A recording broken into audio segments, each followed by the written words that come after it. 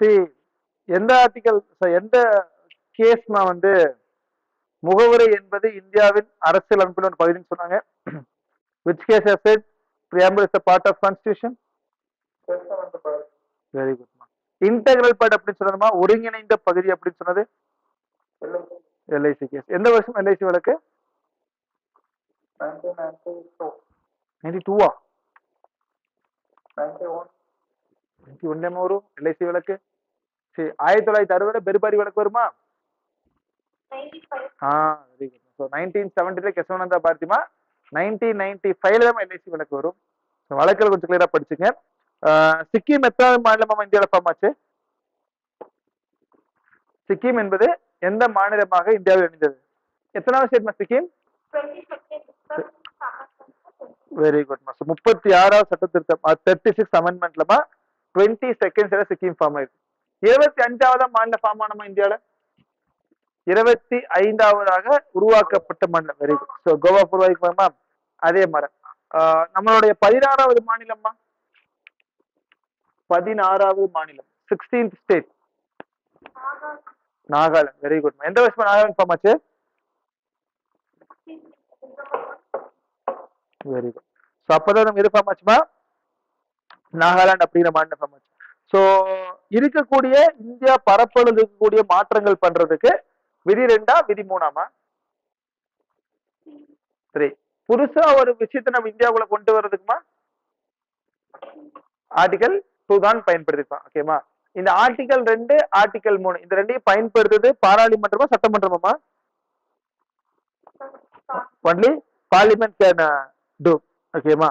சரி இப்போ நவ் புட்மா the most important heading citizenship, குடியுரிமை.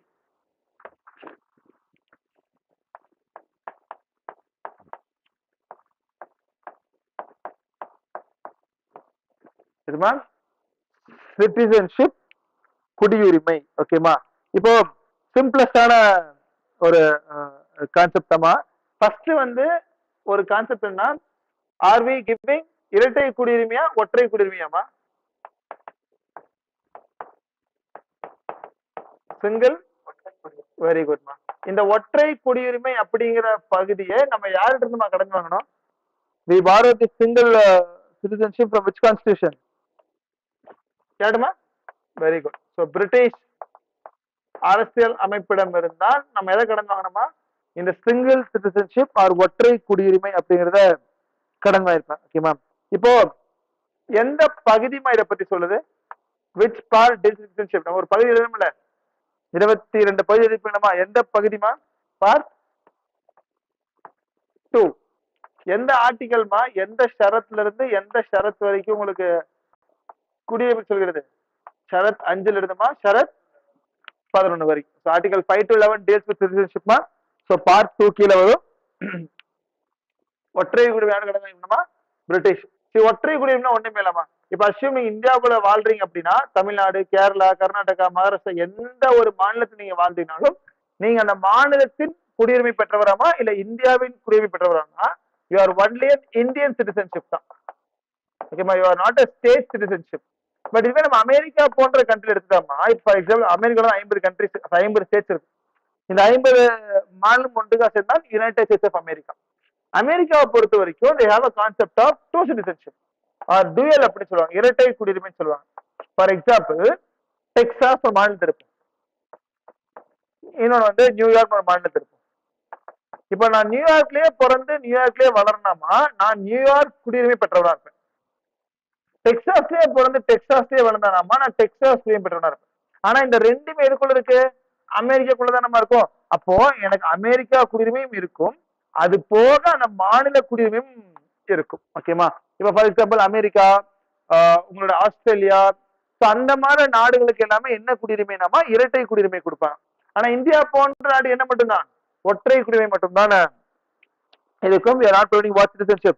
dual citizenship. ஓகேமா? இப்ப அடுத்து ஒரு டாஸ்க். ஓகேமா? இப்ப we'll take next step. இன்னைக்குமா நீங்கள் வந்து ஒரு சிட்டிசன்ஷிப், நீங்க குடியுரிமை பெற்றவர் தான் இல்ல இந்திய நாட்டின் குடிமகன் தான் அப்படிங்கறத என்னென்ன அடையாளமா நம்ம சொல்லலாம்? ஃபார் எக்ஸாம்பிள் டாக்குமெண்ட்ஸ், என்னென்ன ப்ரூஃப் நீங்க சொல்லுவீங்க? Very good. Voter ID, passport, Aadhaar card வருமாமா நமக்கு குடியுரிமை ப்ரூஃப்க்கு? Is Aadhaar card a proof of your citizenship? நீங்கள் இந்திய குடிமகனா இல்லையா என்பதை அறிய உங்களோட Aadhaar card பயன்படுமாமா?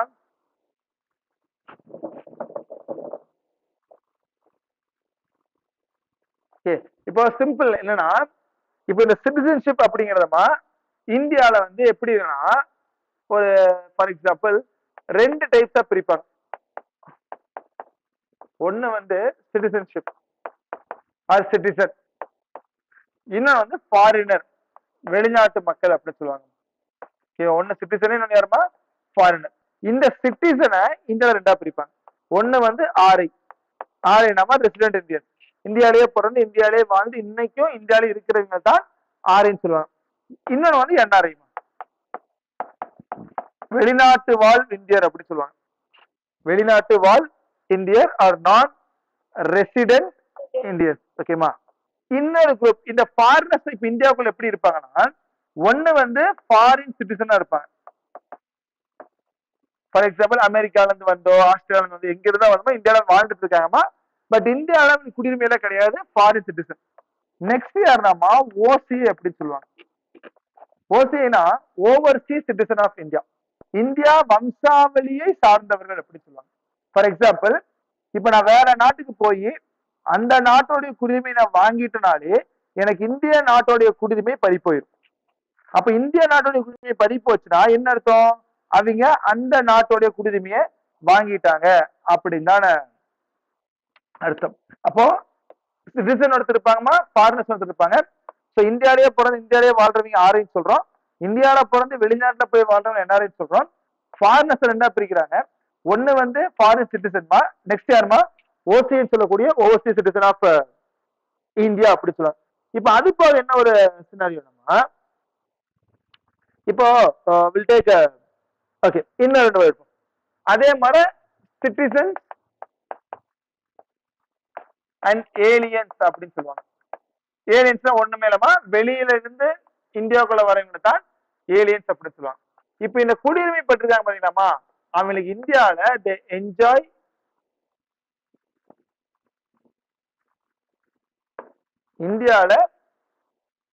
they enjoy all political and civil rights. So எல்லா குடிமையல் மற்றும் அரசியல்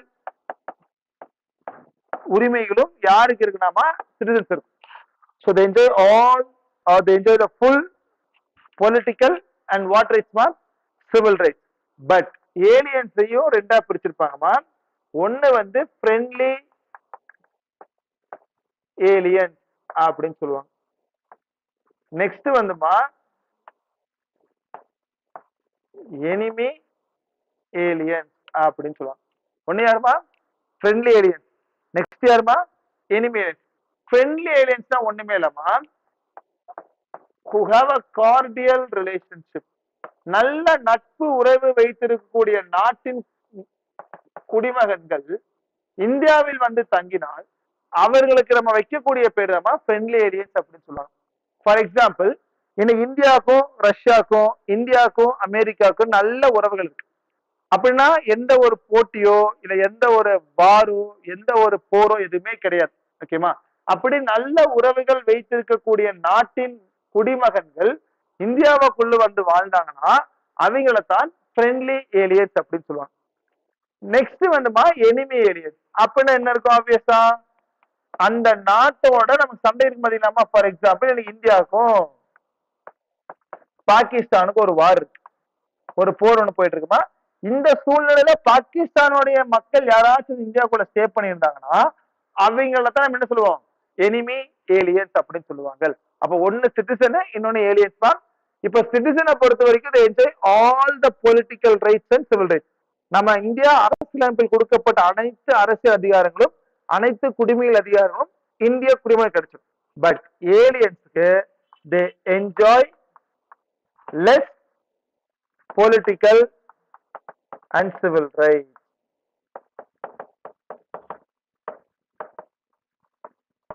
They enjoy what ma? Less political and civil rights. ஓகேமா, அதனாலதான் இந்தியாவில வந்து நம்ம பின்னாடி படிப்போம் ஃபண்டமெண்டல் ரைட்ஸ் அப்படின்னு சொல்லிட்டு இது போட்டு வச்சுங்க. எந்தெந்த ஃபண்டமெண்டல் ரைட்ஸ் வந்து ஒன்லி ஃபார் இந்தியன் சிட்டிசன் அப்படின்னு கேள்வி கேட்பாங்க. ரொம்ப முக்கியமான பிலிம்ஸ் கேள்விமா. எந்தெந்த அடிப்படை உரிமைகள் ஃபண்டமெண்டல் ரைட்ஸ் வந்து இந்திய குடிமகனுக்கு மட்டும் வரும், இந்திய குடிமகனுக்கு மட்டும் தான் செல்லும் என்று சொன்னால்மா, இப்போது ஆர்டிகல் பேர் மட்டும் போட்டுங்க. Article 15, article 16,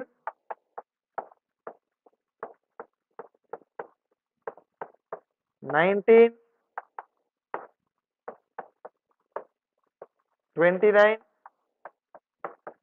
and article 30. So இந்த 5 ஆர்டிகல்மா யாருக்கு மட்டும்தான் செல்லுமா? இந்தியா குடியுரிமை பெற்று இந்தியாவில் இருக்கக்கூடிய இந்திய குடிமகன்களுக்கு மட்டும்தான் 15, 16, 19, 29, 30 இந்த 5 ஷரத்துமே பொதுவுமே தவிர இது யாருக்கு இருக்காது? ஏலியன்ஸுக்கு இருக்காது. இந்த 5மே யாருக்கு மட்டும்தான் இருக்கும்? ஒன்லி ஃபார் ஹோம் இந்தியன் சிட்டிசனுக்கு மட்டும்தான் இருக்கும். ஸோ கிளியரா போட்டுருங்க. 15, 16, 19, 29, 30 இந்த 5 articles available only for Indian citizen. அதனாலதான் they enjoy all the political civil rights. இப்ப இது யாருக்கு இருக்காதுன்றாங்க? ஏலியன்ஸுக்கு இருக்காது. அப்ப ஏலியன்ஸுக்கு இல்லைன்னு சொல்லிட்டாலே அவங்க எல்லா அரசு உரிமையும் கிடைக்குமா கேட்டா எல்லா அரசு உரிமையும் கிடைக்காது அப்படின்னு இருப்பாங்க. ஓகேமா, இப்ப அதுக்கப்புறம் ரொம்ப முக்கியம் என்னன்னா, ஃபார் எக்ஸாம்பிள் இன்னைக்குமா நமக்கு நிறைய வகையில் இந்தியாவில் குடியுரிமை பெறலாம். பின்னாடி பார்ப்போம். ஸோ வந்து பிறப்பின் மூலமாக, தென் வம்சாவளி மூலமாக நிறைய விஷயங்கள் இருக்கு. இன்னைக்கு இந்தியால பிறப்பின் மூலமா குடியுரிமை பெற்றால் மட்டும்தான் அவர் வந்து ஜனாதிபதி ஆக முடியுமா என்று கேட்டால் கிடையாது. ஏதேனும் ஒரு வகையில் நீங்கள் இந்திய குடியுரிமையை பெற்றால் நீங்கள் இந்தியாவின் ஜனாதிபதியாக மாறலாம். ஃபார் எக்ஸாம்பிள் இத போட்டுங்க. In India a person can become president through any means of citizenship.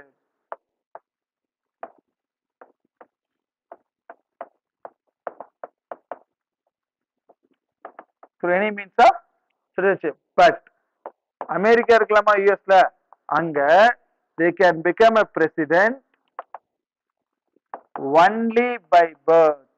So பிறப்பின் மூலமா குடியுரிமை பெற்றால் மட்டும்தான் அமெரிக்கா போன்ற நாடுகளில் நீங்கள் ஜனாதிபதியாக ஆர் பிரசிடண்டா உங்களால வர முடியும். ஆனா இந்தியா அப்படி கிடையாதுமா. நீங்கள் எந்த ஒரு வகையில குடியுரிமை பெற்றாலும் நீங்க இந்தியா என்ன வரலாம்? பிரசிடண்டா வரலாம். இதுவும் ஃப்ரீக்வெண்டா கேட்கக்கூடிய கேள்விதான். Okay, so in US a person can become president only by birth. But in India ma a person can become a president through any means of citizenship. ஓகேவா, இப்போ அதுக்கப்புறம் கான்ஸ்டிடியூஷனல் ப்ரொவிஷன்ஸ். ஓகேவா, இப்போ ஆர்டிகல் 5 டு ஆர்டிகல் 11 இது மட்டும் தான் நமக்கு அரசியலமைப்புல வந்து குடியுரிமை பத்தி சொல்லுது. ஆனா இந்த ஆர்டிகல் 5 ஆர்டிகல் 5 டு 11 இது எப்படி ஒர்க் ஆகுனா, நமக்கு எப்பமா வந்து சுதந்திரம் ரிபப்ளிக் டே செலிப்ரேட் பண்றோம்? So Jan 26, 1950. எதுக்காகமா ஜனவரி 26 நம்ம சூஸ் பண்ணோம்?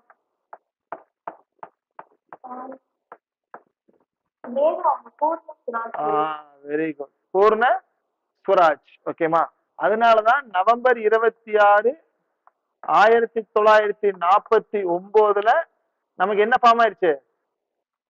கான்ஸ்டிடியூஷன் வந்தாலும் நம்ம எப்பமா அமல்படுத்தணும்? ஜனவரி 26 அமல்படுத்தணும். அதனாலதான் நவம்பர் 26 என்ன சொல்லுவோம்?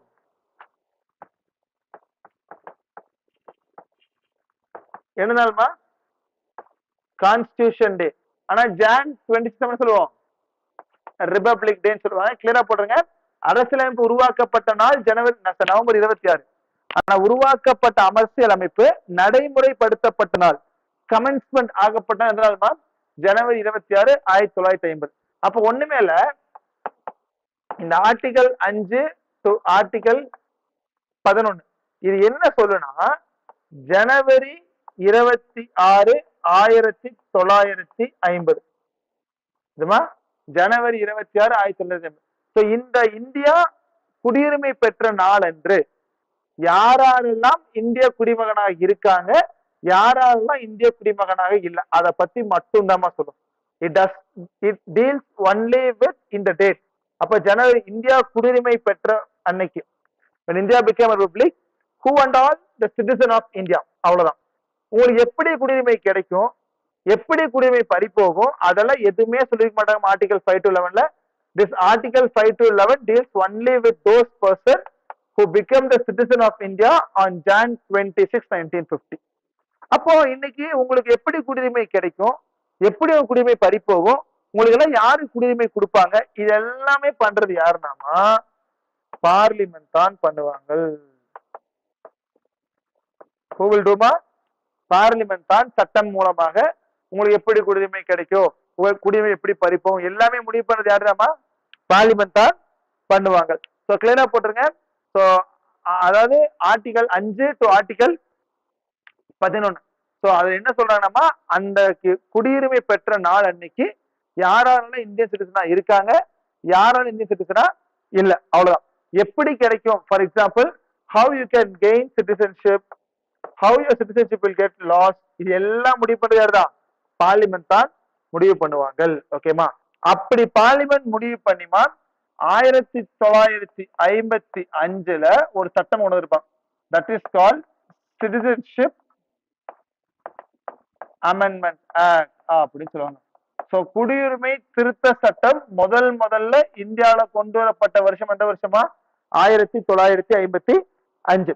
So citizenship amendment act 1955. ஓகேமா? சரி, அதுக்கப்புறம் நிறைய திருத்தம் பண்ணிருப்பாங்கம்மா. ஓகேவா? ஃபார் எக்ஸாம்பிள் 1955ல first citizenship amendment act. So இது வரைக்கும் so far 9 times we have amended citizenship. 9 time திருத்தம் பண்ணிருப்பாங்க. 1955ல முதல் திருத்தம்மா, 1967 இரண்டாம் திருத்தம். ஓகே, அதுக்கப்புறம் 1985, தென் 1986, ஸோ 1992, 2003, 2005,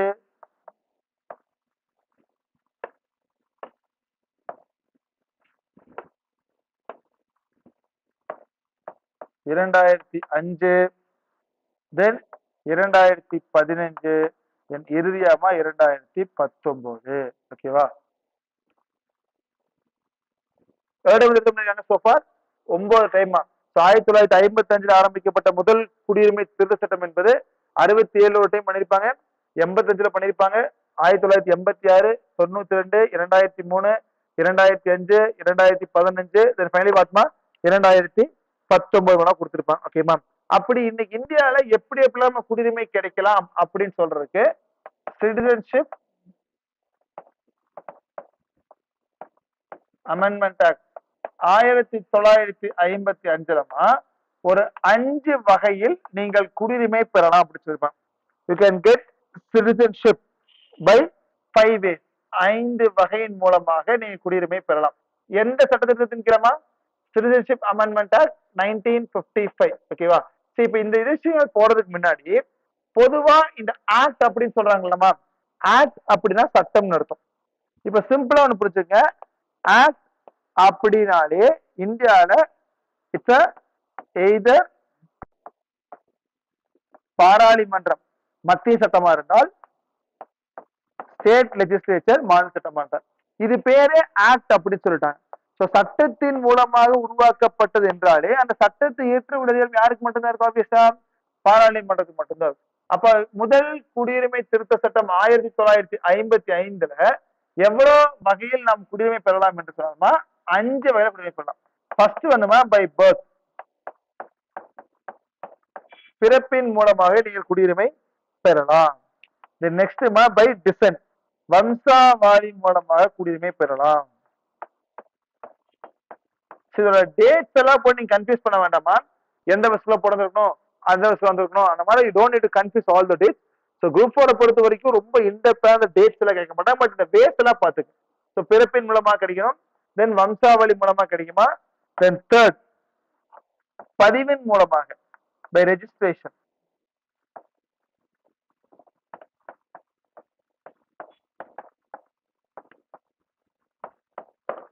பதிவின் மூலமாக. தென் அடுத்ததுமா இயல்பாகவே, பை நேச்சுரலைசேஷன். இயல்பின் மூலமாக குடியுரிமை பெறுமா, நேச்சுரலைசேஷன். ஓகேமா. தென் கடைசிமா வேறு நாடுகளை கைப்பற்றும் பொழுது, வேறு நாடுகளை கைப்பற்றும் பொழுது, by incorporation of territory.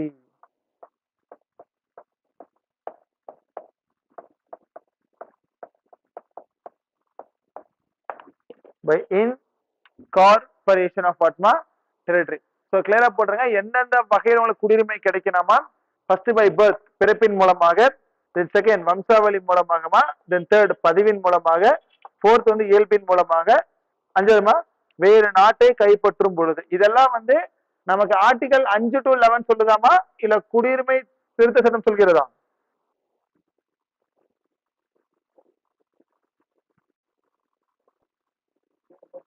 Very good. ஏன்னா குடியுரிமை திருத்த சட்டத்தின் மூலமா தான் எல்லாமே சொல்லுவாங்களே தவிர உங்களுடைய ஆர்டிகல் 5 to 11 சொல்ல மாட்டாங்க.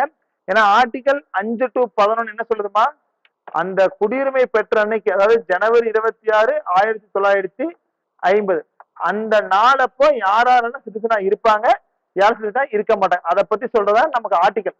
அதனாலதான் இந்தியா அரசியல் அமைப்பில் உங்களுக்கு எப்படி குடியுரிமை பெறும், எப்படி குடியுரிமை பறிப்போம் சொல்லியிருக்க மாட்டாங்க. எல்லாமே முடிவு பண்றது யாருதாம்மா, பார்லிமெண்ட் தான் முடிவு செய்வார்கள். அதனாலதான் உங்களோட ஆர்டிகல் 5 இருக்குல்லமா, ஆர்டிகல் 9 இருக்குல்ல, ஆர்டிகல் 9 எப்படி கிளியரா கொடுத்திருப்பாங்கன்னா, ஃபார் எக்ஸாம்பிள் இப்ப 5, 6, 7, 8 அது வந்து ரொம்ப பேசாதாம இருக்கும். ஆர்டிகல் 9 கொடுத்திருப்பாங்க. ஓகேவா? ஆர்டிகல் 9 என்ன கொடுத்திருப்பாங்கன்னா, வாலண்டியரா விருப்பப்பட்டு வேற நாட்டோடைய குடியுரிமை நீங்கள் பெற்றால் உங்களோட இந்தியா குடியுரிமை பறிபோகும் அப்படின்னு சொல்லியிருப்பாங்க. இஃப் யூ வாலண்டியர்லி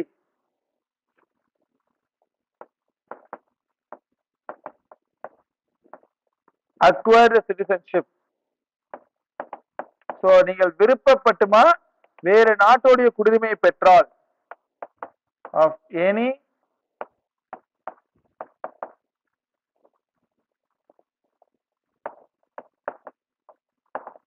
சோ விருப்பப்பட்டு, அந்த மாதிரி ரொம்ப முக்கியமா வாலண்டியரா விருப்பப்பட்டு வேற நாட்டோடைய குடியுரிமை நீங்கள் பெற்றால் உங்களது இந்திய குடியுரிமை இருக்குமான்னு கேட்டா இருக்காது. ஓகேமா, your Indian citizenship will be cancel. இது ஆர்டிகல் 9. ஆர்டிகல் 10 அழகா சொல்லியிருப்பாங்கம்மா, ரொம்ப ரொம்ப முக்கியமான ஒரு ஆர்டிகல். என்ன சொல்லியிருப்பாங்க ஆர்டிகல் 10? ஃபார் எக்ஸாம்பிள் இப்போ okay, will take the simplest thing. நீங்கம்மா இன்னைக்கு இந்தியன் சிட்டிசனா இருக்கீங்களா இல்லையா அப்படின்னு முடிவு பண்றது யாருமா?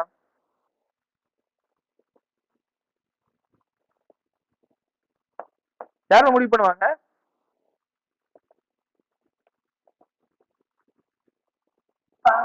வெரி குட், அவ்வளவுதான். அந்த ஆர்டிகல் தான் ஆர்டிகல் 10 கொடுத்திருப்பாங்க. ஃபார் எக்ஸாம்பிள் எவ்ரி பர்சன், யாரெல்லாம் வந்து இந்திய நாட்டோட குடிமகனா இருக்காங்க, யாரெல்லாம் குடிமகனா இருக்க முடியும், அதை ஃபுல்லா முடிவு பண்றது யாருதாமா, பார்லிமெண்ட் தான் முடிவு பண்ணுவாங்க. ஓகேமா. அதுக்கப்புறம் ஆர்டிகல் 11 ரொம்ப ரொம்ப முக்கியமா, நீங்கள் குடிமகனா இருக்கணுமா இல்ல இருக்க வேண்டாம் முடிவு பண்றது யாருதான், பார்லிமெண்ட் தான்.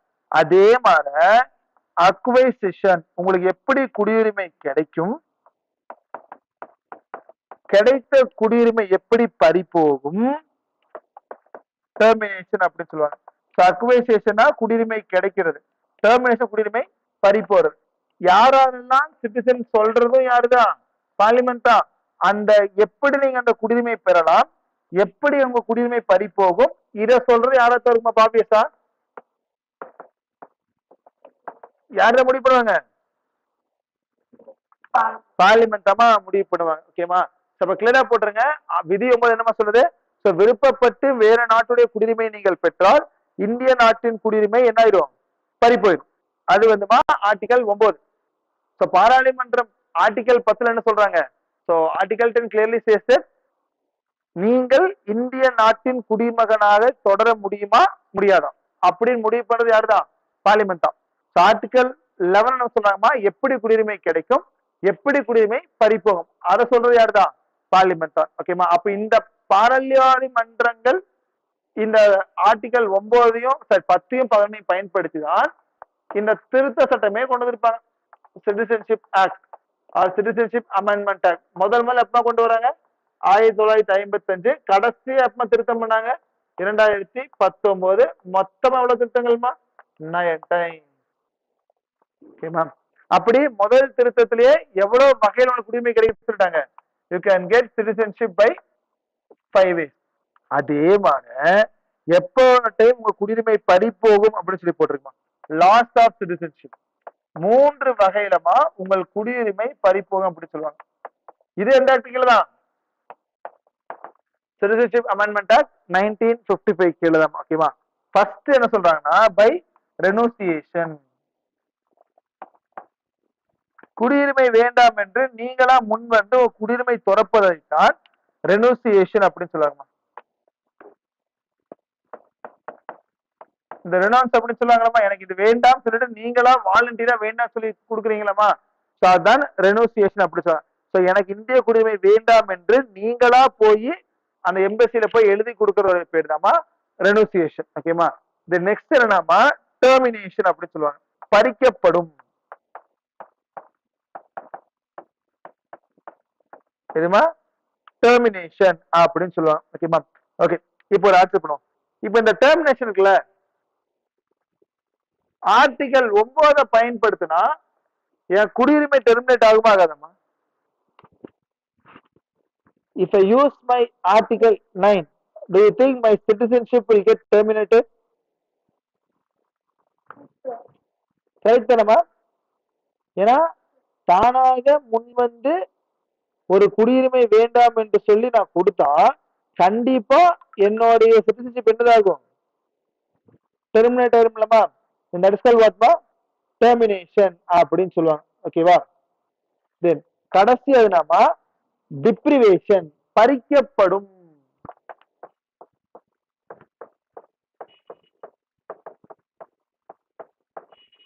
பை வாட்மா? டிப்ரிவேஷன் அப்படின்னு சொல்லுவாங்க. அதாவது எப்படின்னா ஒண்ணுமே இல்லமா. சோ எப்படி ஒரு சினாரியோ ஒர்க் ஆகுதுன்னா, உங்க குடியுரிமை எப்படிலாம் இழப்பீங்கன்னா, ஃபர்ஸ்ட் நீங்களா முன் வந்து எனக்கு அந்த குடியுரிமை வேண்டாம் என்று சொல்றது ஃபர்ஸ்ட். ரெனோசியேஷன். டெர்மினேஷன் ஒண்ணுமே இல்லமா, வேற நாட்டுடைய குடிமைகள் நீங்கள் வாங்கும் பொழுது உங்களுடைய குடிமை ஆட்டோமேட்டிக் என்ன ஆயிரும்? பறி போய்விடும். மூணாவது சொல்லுங்கம்மா டிப்ரிவேஷன். இந்த இடத்துல உங்களுடைய குடியுரிமையை பாராளுமன்றமே கட்டாயமாக பறித்து விடும். டிப்ரிவேஷன். உங்களுடைய குடியுரிமைய பாராளுமன்றம் கட்டாயமா பறித்து விடும் அப்படின்னு சொல்லாம நிறைய காரணங்கள் இருக்கலாம். நீங்கள் வாங்கின குடியுரிமை வந்து ஏமாத்தி வாங்கிட்டு வந்திருக்கலாம், இல்ல அரசியலமைப்புக்கு விதூரமா நீங்கள் செயல்பட்டிருக்கலாம், இல்ல குடிமகன் பெற்ற பிறகு அடுத்த ஒரு 5 வருட காலத்துக்குள்ளமா நீங்க எந்த ஜெயிலுக்கும் போகாம இருக்கணும். இந்த மாதிரி நிறைய விஷயம் இருக்கு. இப்ப இந்தியாவுக்கு பாகிஸ்தானுக்கு சண்டை போயிட்டு இருக்கு. அப்போ எதிரி நாடா இருக்கக்கூடிய பாகிஸ்தான் நீங்க ஏதாச்சும் ஒரு இன்ஃபர்மேஷன் பாஸ் பண்ணீங்கன்னா கண்டிப்பா இந்த நாட்டுக்கு தேச துரோகி என்று சொல்லும் குடியுரிமை பாதிக்கப்படும், எடுக்க வர வாய்ப்பு இருக்கு. நிறைய வகைகள் இருக்குமா. பட் உங்களோட குடியுரிமை பறிப்போவதற்கு எவ்வளவு வகைகள் சொல்றாங்க? 3 ways. எவ்வளவு இதுல கிடைக்குமா? 5 ways. இதை மட்டும் கிளியரா பார்த்து வச்சுங்க. 5 வகையில் குடியுரிமை கிடைக்குமா, 3 வகையில் குடியுரிமை பறிப்போகும். இதை பண்றது ஃபுல்லா யாரு தேவை பண்ணுவாங்க? முடிவு பண்ண ஃபுல்லா யாருதான்? எல்லாமே பார்லிமெண்ட் தாமா கிளியரா பண்ணுவாங்க. ஸோ மட்டும் கொஞ்சம் கிளியரா போட்டு. ஓகேமா. அதுக்கப்புறம் இதுக்கப்புறம் என்னமா, ஓகே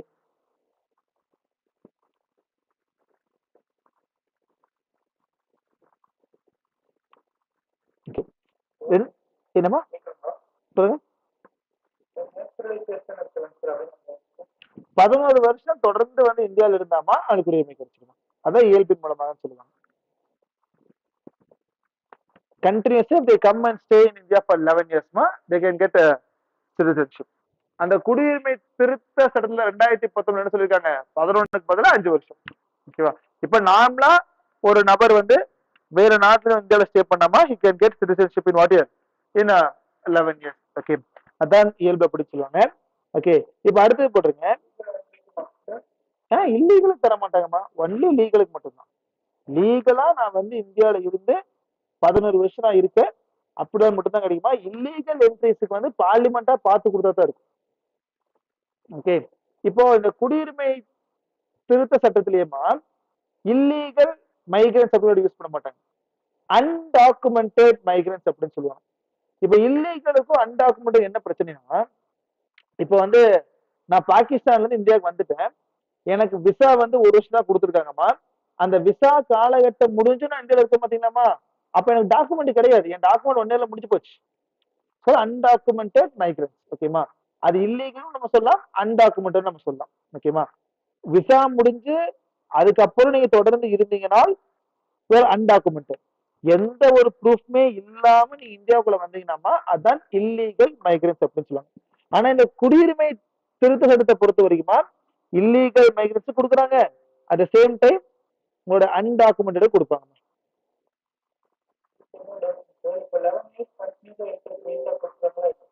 அப்படி தர மாட்டாங்க. இருக்குமா இருக்குமா, லாங் டேர்ம் விசா இருக்கு. ஓகேவா, நான் வந்து இப்ப இந்தியாவில இருக்குன்னு நீங்க ஆசைப்பட்டீங்கன்னா எம்பசில போயுமா யார்ட்டு கெட் விசா தாராளமா கொடுப்பாங்கம்மா. you have to be 11 years. நீ அப்படி வெளியே போயிட்டு வேண்டியது கிடையாது, you can go and come, that's not a problem, but you have to be in India for 11 years, that's it. எப்படின்னா நான் வேற நாட்டுக்கே போகாம இந்தியாவில கண்டினியூஸா 11 வருஷம் அப்படியே ஒரு நாள் ஃபுல்லா கிட்ட கிடையாது. 11 வருட காலகட்டம் நான் வந்து இந்தியாவில வந்து தங்கி நான் குடியுரிமை வாங்கணும்னு சொன்னா குறைந்தபட்சம் நீங்க 11 years have to stay, அவ்வளவுதான். ஓகே, இப்போ அதுக்கப்புறமா ஒரு 2 வேர்ட். ஓகேவா, சோ என்ன ஒரு கிடக்குன்னா PIO அண்ட் OCI அப்படின்னு சொல்லுவாங்க. வாட்மா PIO, எனி கெஸ்மா PIO ஓட ஃபுல் ஃபார்ம் கேள்விப்பட்டீங்களா? PIO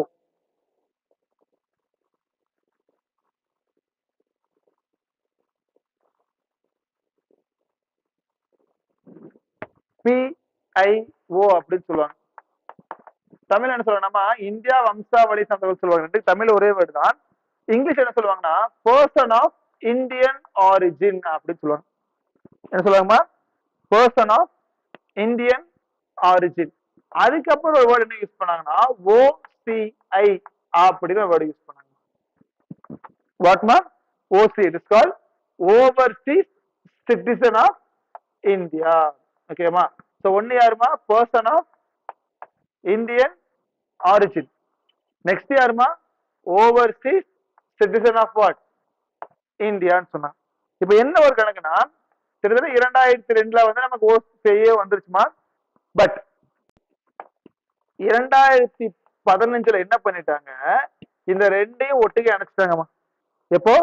2015 இந்த ரெண்டையும் என்ன பண்ணிட்டாங்க, ஒட்டுக்கே அணைச்சிட்டு இன்னைக்கு என்ன வேர்டு மட்டும் நம்ம பயன்படுத்துறோம் அப்படின்னு சொன்னால் OCI அப்படிங்கிற வார்த்தையை மட்டும்தான் பயன்படுத்துறோம். எக்ஸாக்டா 901. ஸோ 901 அந்த நாள் அன்னைக்குமா என்ன பண்ணிடுறாங்க, ஸோ OCஐயும் POI அணைச்சிடுறாங்க. இனிமேல் நமக்கு PIO அப்படிங்கிற கான்செப்ட் கிடையாதுமா. எது மட்டும்தான் இருக்கும்? OCI மட்டும்தான் இருக்கும். கிளியரா போட்டுருங்க. இந்த வருஷம் ரொம்ப முக்கியமா, எந்த வருடம் வந்து இந்த PIOவும் OCஐயும் இணைக்கப்பட்டது அப்படின்னு சொல்லி கேட்பாங்க. இந்த வருஷம் ஜனவரி மாசம் 9ஆம் தேதி 2015 அன்றைக்குமா OCஐயும் PIOவும் இணைக்கப்பட்டு நம்ம என்ன மட்டும் தான் பயன்படுத்த போறோம்? OCI மட்டும்தான் பயன்படுத்த போறோம். அது மட்டும் தான் பயன்படுத்திட்டு இருக்காங்க. ஓகேவா, சோ ரொம்ப சிம்பிளஸ்ட் கான்செப்ட் நம்ம சிட்டிசன்ஷிப். சோ எந்த இடத்துக்கு கடன் வாங்கணும், சோ என்னென்ன பொசிஷன்ஸ் எல்லாமே இருக்கு, யாராருக்கெல்லாம் குடியுரிமை எந்த வகையில கிடைக்கும், யாராருக்கான குடியுரிமை இப்படி எல்லாம் பறிப்போகும், all those things mention. But இப்போ எக்ஸாம்ல கரண்ட் எக்ஸாம்ல என்னமா கரண்ட் அஃபேர்ஸ் வாய்ப்புகள் இருக்கலாம். So they may ask citizenship amendment act 2019. அதை கொஞ்சம் கிளியரா பார்த்துச்சுங்க.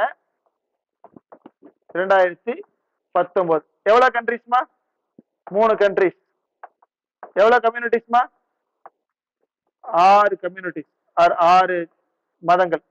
எந்த நாட்களுக்குள் இந்தியாவுக்கு வந்திருக்கணும்? டிசம்பர் 31, 2014 இந்தியாவுக்குள்ள வந்திருக்கணும். வந்து இந்தியாவில எவ்வளவு வருடங்கள் அவங்க ஸ்டே பண்ணிருக்கணும்? ஸோ 5 வருடங்கள். ஸோ 5 வருஷ காலம் இந்தியாவில் இருந்திருந்தாங்கன்னா இந்த 3 கண்ட்ரில இருந்து அந்த 6 கம்யூனிட்டிஸ் ஆர் அன்டாக்குமெண்டட். எந்த ஒரு ப்ரூஃப்மே இல்லாம இல்ல வந்து ப்ரூஃப் வந்து வேலிடிட்டி எக்ஸ்பைரி ஆகி ஸோ அப்படி வந்தக்கூடிய மக்களுக்குமா ஸோ குடியுரிமை தராங்கம்மா. இப்ப சொல்லுங்களேன், இந்த இடத்துல பார்லிமெண்ட் எந்த ஆர்டிகல் யூஸ் பண்ணுவாங்க?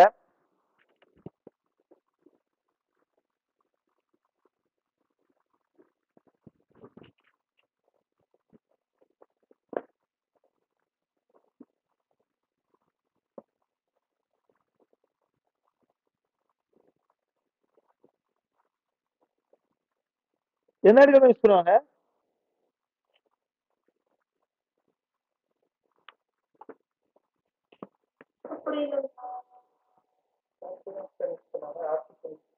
இல்லம்மா, என்ன கேக்குறேன்னா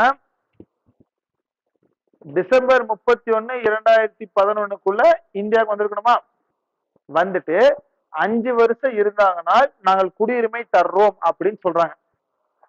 ஓகே, இதுல பார்லிமெண்ட் தான் பண்ணணும், கரெக்டா? விதி 10 பயன்படுத்துவாங்களா இல்ல விதி 11 பயன்படுத்துவாங்களான்னு கேக்குறமா. ஆர்டிகல் என்ன சொல்லுது? இன்னைக்கு நம்ம குடியுரிமை இருக்கமா இல்லையான்னு முடிவு பண்றது யாரு? பார்லிமெண்ட். ஆனா ஆர்டிகல் 11 என்னமா சொல்லுது?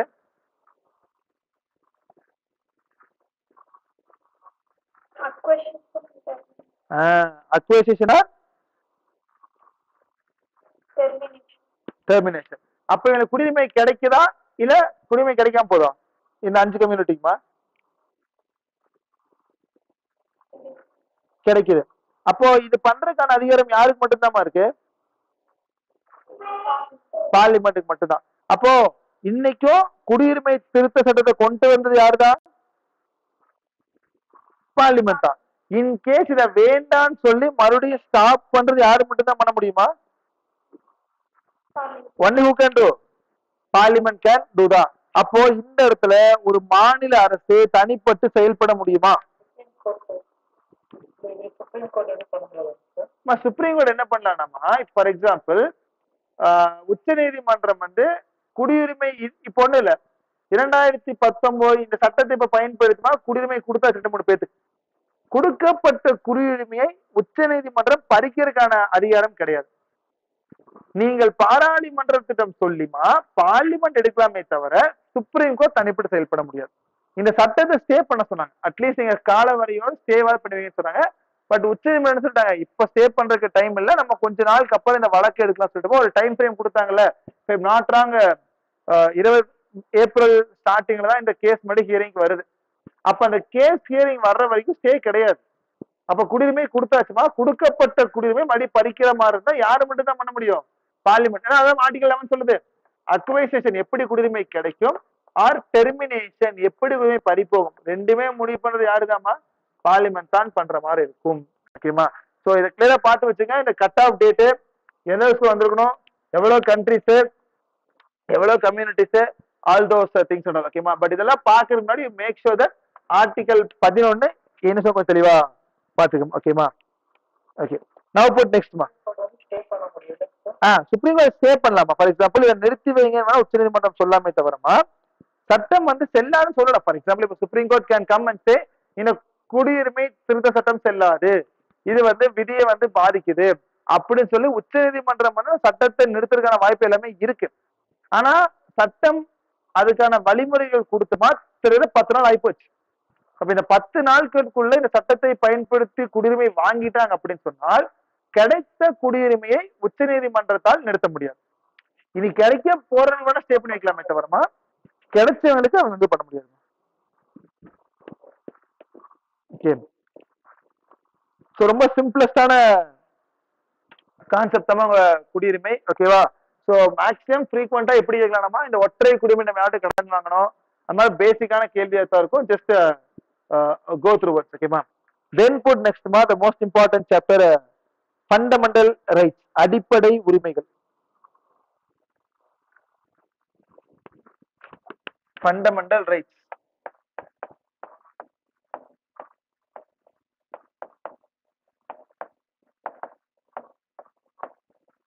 ஃபண்டமெண்டல் ரைட்ஸ் கொஞ்சம் முக்கியமான சாப்டர்மா. அடிப்படை உரிமைகள் டக்குன்னு சொல்லுங்க பார்ப்போம். எந்த பாட்டுமா, எந்த பகுதிமா ஃபண்டமெண்டல் பத்தி சொல்லுது? Very good. பார்ட் 3 எந்த ஆர்டிகல் டு எந்த ஆர்டிகல்மா? Very good. ஆர்டிகல் 12 இருந்து ஆர்டிகல் 25. நம்ம யாருமா பாரோ பண்ணோம்? Fundamental rights US or American constitution. ஓகேமா? இந்தியாவோட எந்த அரசியலமைப்பு பகுதியுமா நம்ம அடையாளத்தைன்னு சொல்லுவோம்? Identity card of Indian constitution அப்படின்னு சொல்லுவோம்ல. எதை வந்து நம்ம identity card of Indian constitution சொன்னாங்க? எதுமா? பிரியாம்பிள், முகவரி சொல்லுவாங்களா? அதே மாதிரிதான் இந்தியா அரசியல் அமைப்பின் மகா சாசனம் ஆர் மகன கார்த்தா அப்படின்னு சொல்லுவாங்க. மகா சாசனம் ஆர் வாட்மா மகன கார்த்தா என்று அழைக்கப்படுவதமா ஃபண்டமெண்டல் ரைட்ஸ் தான். So which is called as the Magna Carta of Indian constitution அப்படி கேட்பாங்கம்மா. ஸோ இந்தியா அரசியலமைப்பின் மகா சாசனம் என்று அழைக்கப்படுவது தான் உங்களுடைய ஃபண்டமெண்டல் ரைட்ஸ் தான். ஓகேமா? ஸோ ஒரிஜினலா அரசியலமைப்பு உருவாகும் பொழுதுமா we have 7 fundamental rights. So 7 அடிப்படை உரிமைகள் இருந்துச்சுமா. ஆனா இப்போ தற்பொழுது 6 ஃபண்டமெண்டல் ரைட்ஸ் தான் இருக்கு. ஸோ கிளியரா போட்டிருங்க. அதாவது ஜனவரி 26, 1950 அரசியலமைப்பு அமல்படுத்தும் பொழுது நமக்கு எவ்வளவு ஃபண்டமெண்டல் ரைட்ஸ் இருந்துச்சு? 7 அடிப்படை இருந்துச்சா. பட் பிரசன்ட் தற்போது எவ்வளவுதான் இருக்கு? 6 ஃபண்டமெண்டல் ரைட்ஸ் தான் இருக்கு. ஏன் அப்படின்னா 44வது அரசியல் அமைப்பு திருத்த சட்டம் 1978 அந்த வருஷம் என்ன பண்ணிடுறாங்கன்னா உங்களுடைய ரைட் டு ப்ராப்பர்ட்டி சொத்துரிமை என்ற உரிமையை ரைட் டு ப்ராப்பர்ட்டி சொத்துரிமை என்ற அடிப்படை உரிமையை ஃபண்டமெண்டல் ரைட்ஸ என்ன மாத்திட்டாங்கன்னா சட்ட உரிமையாக மாத்திட்டாங்க. Legal rights. ஓகேவா? ஏன்னா ஆர்டிகல் 31 அதெல்லாம் இருந்திருக்கும். விதி 31 இருக்கலாமா? விதி 31 தான் எதை பத்தி பேசிட்டு இருந்துச்சு? ரைட் டு ப்ராப்பர்ட்டி பத்தி பேசிட்டு இருந்துச்சு. இப்ப ஆர்டிகல் 12 இருந்து ஆர்டிகல் 35 வரைக்கும் இருக்கிறது எல்லாமே என்ன ரைட்ஸ் தான்? நம்மளுடைய ஃபண்டமெண்டல் ரைட்ஸ் தான். அப்ப 31 தானே சொல்றோம். அப்ப 31 இதுக்குள்ள வந்திருக்கும் உங்களுடைய ஃபண்டமெண்டல் ரைட்ஸ் தான் வந்திருக்கும். ஆனா எப்ப எடுத்துறாங்கம்மா? 44th amendment act of 1978. 44வது அரசியலமைப்பு 1978 படி சொத்துரிமை என்ற உரிமையை அரசியலமைப்பு உரிமையிலிருந்து எடுத்து அடிப்படை உரிமையிலிருந்து எடுத்து என்ன மாட்டாங்க? சட்ட உரிமையா மாட்டாங்க. அதுக்குத்தான் என்ன பண்ணிருப்பாங்க? ஆர்டிகல் 300A அப்படின்னு ஒரு ஆர்டிகலை ஆட் பண்ணிருப்பாங்க. Article 300A was added. கொஞ்சம் கிளியரா போடுறோமா? ஃப்ரீக்வெண்டா கேள்விகள் கேட்கக்கூடியதான். ஸோ விதி 31A எடுத்துட்டு அதுக்கு பதிலா 300A மாத்திர சட்ட திருத்தம் என்ன சட்ட திருத்தமா? உங்களுடைய 44th amendment act of 1978. This amendment act made what மா? ஃபண்டமெண்டல் ரைட்ஸ், அதாவது ரைட் டு ப்ராப்பர்ட்டி அப்படிங்கிற உங்களுடைய ஃபண்டமெண்டல் ரைட்டை என்ன ரைட்டா மாத்திருச்சு? லீகல் ரைட் ஆர் கான்ஸ்டிடியூஷனல் ரைட்ஸா மாறிடுச்சு. ஸோ எந்த ஆர்டிகல்மா? Article 300A. ஆர்டிகல் 300A எந்த பகுதியில் இருக்குனாமா? இட் இஸ் பார்ட் 12 பகுதி 12 கீழதாமா ஆர்டிகல் 301A இருக்கும். எதுக்குள்ள இருக்குமா? Article 3. Very good. So part 12 கீழதாமா இருக்கு. ஓகேவா? இதெல்லாமே கொஞ்சம் கேள்விகள் பாட்டுமா, கொஞ்சம் கிளியரா போட்டு வச்சுங்க. எந்த பகுதி, எந்த ஆர்டிகல் டு எந்த ஆர்டிகல், அதே மாதிரி நம்ம யார்கிட்ட கடன் வாங்கணும், எதை வந்து மகாசாசனம் சொல்றாங்க. ஓகேமா? ஆரம்ப காலகட்டத்துல எவ்வளவு அடிப்படை உரிமை இருந்துச்சு, இப்போ எவ்வளவு அடிப்படை உரிமைகள் இருக்கு, எந்த அடிப்படை உரிமையை வந்து எந்த சட்டத்தின் மூலமாக எப்ப தூக்குனாங்க, அதுக்கு பதிலா என்ன ஆட் பண்ணாங்க. ஓகேமா? ஸோ எல்லாம் கிளியரா பார்த்துங்க. ஓகேமா? ஸோ இப்போ அப்படியே ஒவ்வொன்றா போட்டு வாங்கம்மா. First put right to equality.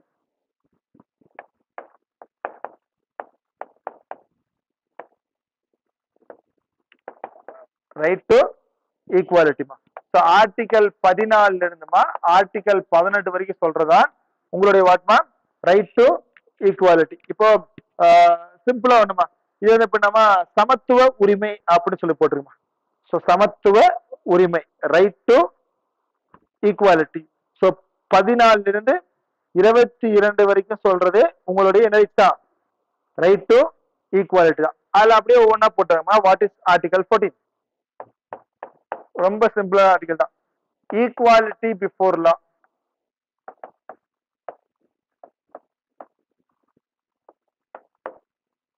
And equal protections of law.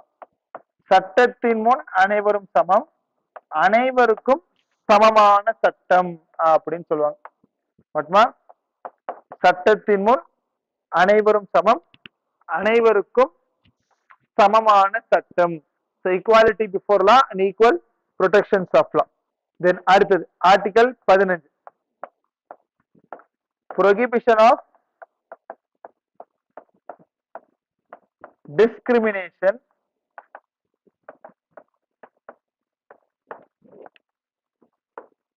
on the grounds of. Article 15 கொஞ்சம் முக்கியமா, ஏன்னா இந்த பாகுபாடுன்னு சொல்றாங்க பாத்தீங்களாமா, ஒரு 5 அடிப்படையில் இந்தியாவில் பாகுபாடு காட்டக்கூடாது அப்படின்னு சொல்லியிருப்பாங்க.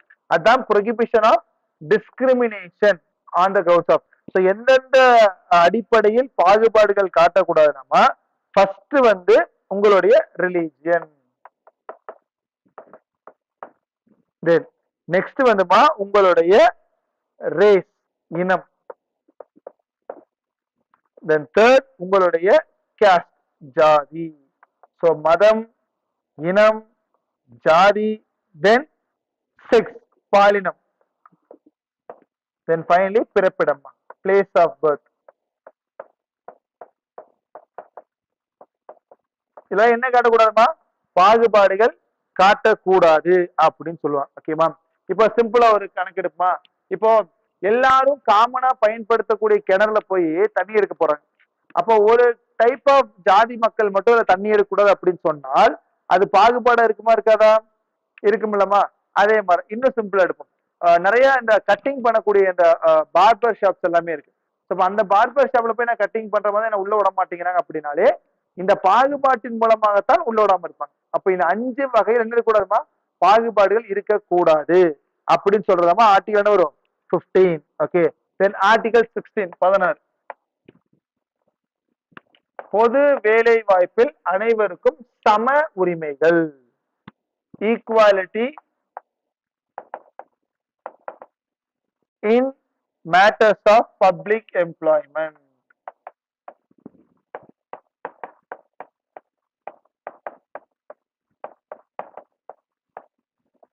சோ பொது வேலை வாய்ப்புன்னு சொல்லக்கூடிய இந்த பப்ளிக் எம்ப்ளாய்மெண்ட்லமா அனைவருக்கும் சமமான வாய்ப்புகள் அளிக்க வேண்டும் அப்படி சொல்லியிருப்பாங்க. So equality in matters of what எம்ப்ளாய்மெண்ட்மா? Public employment. அது பத்தி சொன்ன ஆர்டிகல் எந்த ஆர்டிகல்மா? 16. ஸோ இந்த ஆர்டிகல் ரொம்ப முக்கியமா நம்ம யூனியன்லயே பார்த்திருப்போம்ல, 103rd அமெண்ட்மெண்ட் ஆக்ட், அந்த 10% கொடுத்துருக்காங்க பார்த்தீங்கன்னா இடபிள்யூஎஸ்க்கு, அதா இருக்கட்டும். தென் இந்திரா சாஹினி வழக்கு 1992, தென் மண்டல் குழு,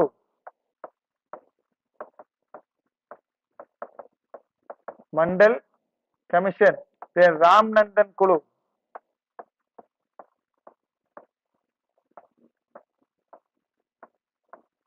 கொஞ்சம் கிளியரா பார்த்து வச்சுமா, நம்ம யூனியன் எழுதுந்தே தான் அதே ஆர்டிகல் தான். ஓகேமா? என்னன்னா பொது வேலை வாய்ப்பில் அனைவருக்கும் வாட்மா சமமான வாய்ப்புகள் கொடுக்க வேண்டும். அதுதான் ஆர்டிகல் 16 கீழே சொல்லுவாங்க. ஓகேமா? Then comes article 17. எல்லாரும் தெரிஞ்ச ஒரு ஆர்டிகல் தான், ரொம்ப முக்கியமான ஆர்டிகல் தான். ஓகேவா? சோ தீண்டாமை ஒழிப்பு சட்டம், அபாலிஷன் ஆஃப் அன்டச்சபிலிட்டி அப்படி சொல்லுவாங்க.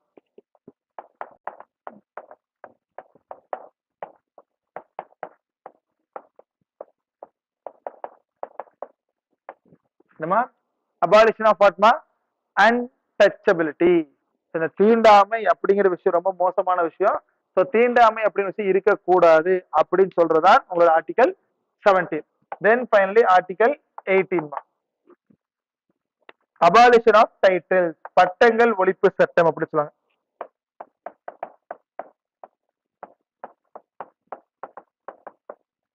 எக்ஸப்ட் ராணுவத்திலையும் படித்து வாங்கின பட்டங்களை காட்டி வேற எந்த பட்டங்களும் உங்க பேர் முன்னாடி பயன்படுத்தக்கூடாது அப்படின்னு சொல்றதாமா ஆர்டிகல் 18.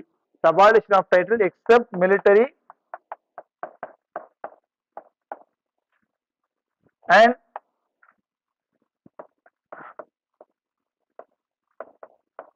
academic. So clear போட்டுருங்க. So எப்படி நாம இப்போ ஃபார் எக்ஸாம்பிள் திவான் பகதூர், ராவ் பகதூர், ராவ் சாஹிப், மகாராஜா இந்த மாதிரி வார்த்தை எல்லாமே நம்ம படிச்சு வாங்கின பட்டம் கிடையாதுமா, நம்மளுடைய ராணுவ தரக்கூடிய பட்டமும் கிடையாது. இந்த மாதிரி பட்டங்களா பயன்படுத்துற மாதிரி இருந்தாமா அடுத்தனுடைய அந்த சமத்துவம் என்பது பாதிக்கப்படும்ல. அந்த மாதிரி இந்த மாதிரி நீங்களா உருவாக்கின பட்டங்களை பயன்படுத்தக்கூடாது. இப்ப ஃபார் எக்ஸாம்பிள் நான் டாக்டரேட் முடிச்சிருக்கேன், பிஹெச்டி முடிச்சிருக்கேன், இல்ல பிஇ முடிச்சிருக்கேன், அந்த மாதிரி இல்லாம உங்க பேர் அந்த பட்டத்தை எல்லாமே பயன்படுத்து. ஏன்னா அதெல்லாம் நீங்க உழைச்சு வாங்கின பட்டமா இருக்கும். ஓகேமா, அதே தான் பாரத் ரத்னா, பத்ம விபூஷன், பத்மஸ்ரீ இந்த மாதிரி பட்டங்கள் எல்லாமே உங்களுடைய உழைப்புக்காக கொடுக்கப்பட்ட விருதுகள். விருதுக்கான விஷயத்தை நீங்க வைக்கலாமே தவிரமா மிச்சப்படி உங்களுடைய பரம்பரை பேரு இல்ல என்னோட தாத்தா ராஜாவா இருந்தாரு அந்த ராஜாக்களோட பேரு அந்த மாதிரி பேர் எதுவுமே பயன்படக்கூடாதுன்னு சொல்லுவாங்க. ஓகேமா, சோ உங்களுடைய ஃபண்டமெண்டல் ஃபர்ஸ்ட் ரொம்ப சிம்பிள்மா, அதாவது ஈக்குவாலிட்டி, ரைட் டு ஈக்குவாலிட்டி, சமத்துவ உரிமைன்னு சொல்லுவாங்க. சோ சட்டத்தின் முன் அனைவரும் சமம், அனைவருக்கும் சமமான சட்டம். இது ஒண்ணு சிம்பிள் தான். ஆண் பெண், ஏழை பணக்காரரு, பெரிய ஆளு சின்ன ஆளு, யாரு என்னவா இருந்தாலும் சட்டத்தின் முன் அனைவரும் இப்படிதான் ஒரே மாதிரி சொல்லுவாங்க. அடுத்து நம்ம 5 வகையில் இந்தியாவில் பாகுபாடுகள் இருக்கக்கூடாதுன்னு சொல்லியிருப்பாங்க. சோ மதம், இனம், ஜாதி, பாலினம், தென் பிறப்பிடம். So religion, race, caste, section, place of birth, there should not be any sort of what discrimination.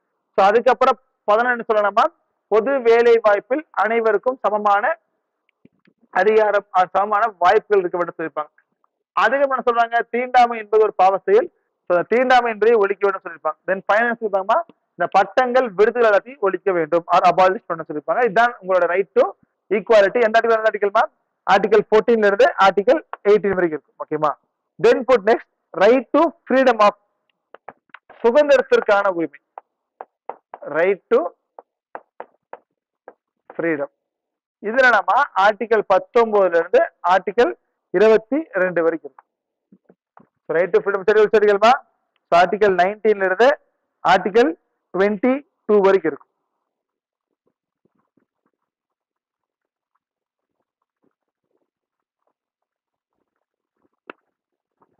Okay, இப்போ இது ரொம்ப சிம்பிளஸ்டான ஆர்டிகல் தான். ஃபார் எக்ஸாம்பிள் ஆர்டிகல் 19 ஒரு 6 உரிமைகளை கொடுக்குதுமா. ஆர்டிகல் 19 மட்டுமா it's giving how many rights, 6 rights. ஓகேமா, அப்படியே ஒவ்வொன்றா போட்டுவாங்க. 19A என்ன சொல்லுதுன்னா freedom of speech and expression, கருத்துரிமை,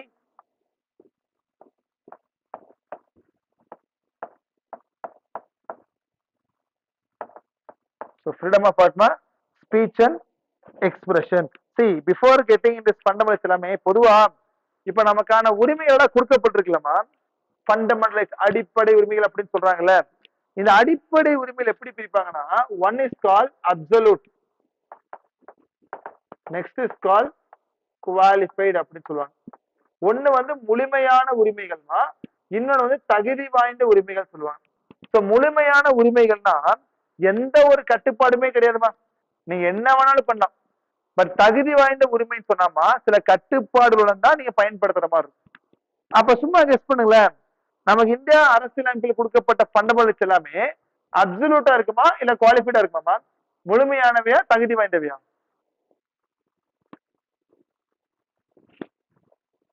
இப்ப எனக்கு பேச்சுரிமை இருக்கு, கருத்துரிமை இருக்கு.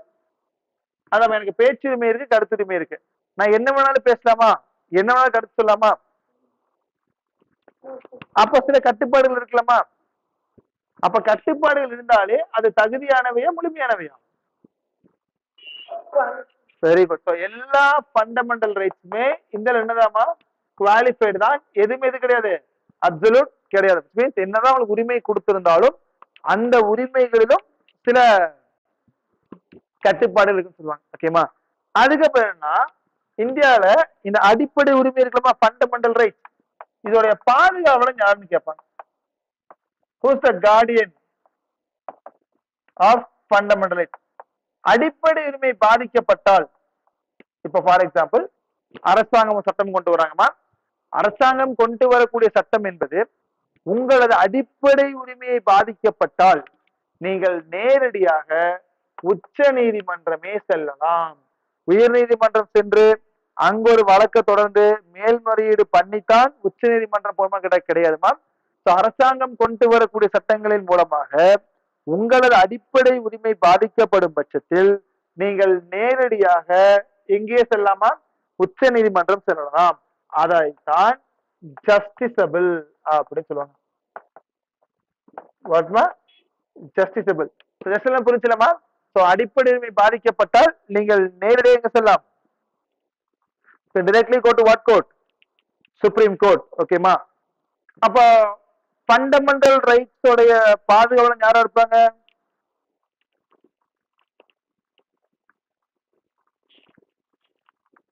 யாருமா? யாருமா அடிப்படை உரிமை பாதுகாவலன்? உச்ச நீதிமன்றம் தானமா? இப்ப ஒண்ணுமே இல்ல. இப்ப ஃபார் எக்ஸாம்பிள் மத்திய அரசாங்கம் சட்டம் கொண்டு வராங்க. கொண்டு வரக்கூடிய சட்டம் வந்து என்னுடைய விதி 15 அடிப்படை உரிமையை பாதிக்கப்படுது. அப்ப நான் என்ன பண்ணலாம்னா, கொண்டு வர சட்டம் வந்து என்னோட உரிமை பாதிக்கப்படும் பட்சத்தில் நான் நேரடியாக சட்டம் எடுத்துட்டு போயிடலாம். உச்ச நீதிமன்றம் போய் வழக்கு தொடர்ந்து இந்த மாதிரி அடிப்படை உரிமை பாதிக்கப்படுது, என் அடிப்படை உரிமையை காப்பாத்திட்டாங்க அப்படின்னு சொல்லி நீங்கள் கடைசியா போய் யாருதான் கேட்பீங்க? உச்ச நீதிமன்றம் கேட்பீங்களா? அதைத்தான் கார்டியன் அப்படின்னு சொல்லுவாங்க. சோ இந்தியாவில உங்களுடைய அடிப்படை உரிமையின் பாதுகாவலன் கேட்டாம உச்ச நீதிமன்றம். அடிப்படை உரிமை பாதிக்கப்பட்டால் நீங்கள் நேரடியாக உச்ச நீதிமன்றம் போறீங்களா? What part? ஜஸ்டிசபிள் அப்படின்னு சொல்லுவாங்க. ஏன்னா இந்தியா அரசியல் அமைப்பிலேயே ஃபண்டமெண்டல் ரைட்ஸ் அது மட்டும் தான் ஜஸ்டிசபிள்மா. மிச்சது எல்லாமே நான் ஜஸ்டிசபிள் அப்படின்னு சொல்லுவாங்க. இப்ப இந்த ஜஸ்டிசபிளுக்கும் நான் ஜஸ்டிசபிள் என்ன டிஃபரன்ஸ்னா, உங்களுடைய உரிமை பாதிக்கப்பட்டால் நீங்கள் நேரடியாக உச்ச நீதிமன்றம் செல்வது ஜஸ்டிசபிள். உங்கள் உரிமை பாதிக்கப்பட்டாலும் நீங்கள் நேரடியாக உச்ச நீதிமன்றம் போக முடியாது அப்படின்னு சொல்றதுதான் நான் ஜஸ்டிசபிள் அப்படின்னு சொல்லுவாங்க. ஓகேவா? மட்டும் கிளியரா அண்டர்ஸ்டாண்ட் பண்ணீங்க. ஃபர்ஸ்ட் சொல்லாம article 19A freedom of speech and expression. 19B இதுல சொல்லுவாங்க நம்ம அசம்பிளி, ஆயுதமின்றி அமைதியாக கூடுதல். ஆயுதமின்றி அமைதியாக கூடுதல். சோ ஏ வந்து ஸ்பீச் எக்ஸ்பிரஷன், அசம்பிள். தென் அதுக்கப்புறமா சங்கங்கள், அசோசியேஷன்.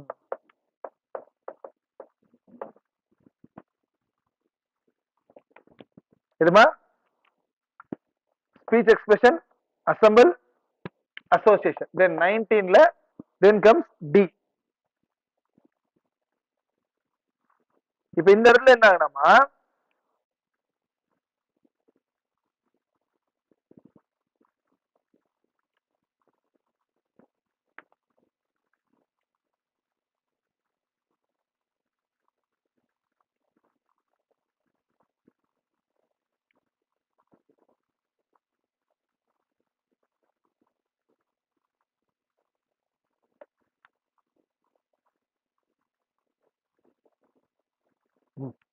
now put 19ல D. ஆர்டிகல் 30 என்னமா சொல்லுச்சு? Article 31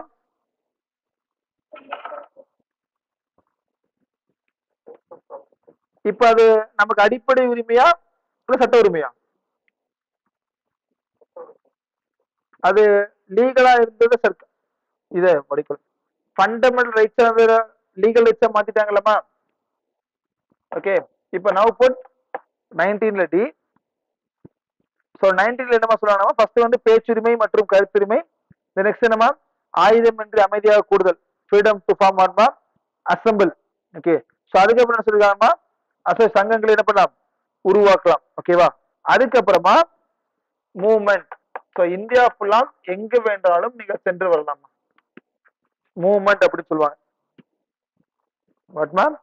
Which means you can go anywhere in India. So இந்தியாவுக்குள்ள இங்கதான் போகணும், அங்கதான் போகணும் அப்படியே மூலமா இந்தியாவுக்குள்ள எங்க வேணாலும் சென்று வரலாம். 19F என்னவா இருந்துச்சுனாமா, இதுவும் ரைட் டு ப்ராப்பர்ட்டியா தான் இருந்துச்சுமா. என்ன இருந்துச்சு? Right to property. அப்ப சொல்லுங்களேன், இப்ப 19 நமக்கு இருக்குமா இருக்காதா?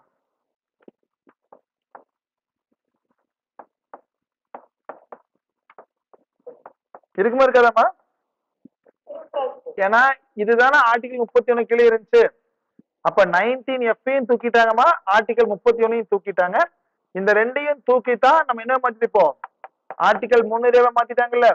அப்படி மாற்ற சட்டத்திட்டம் 44th அமெண்ட்மெண்ட் ஆக்ட் 1978 மாத்திருப்பாங்க. கிளியரா போட்டுருங்க.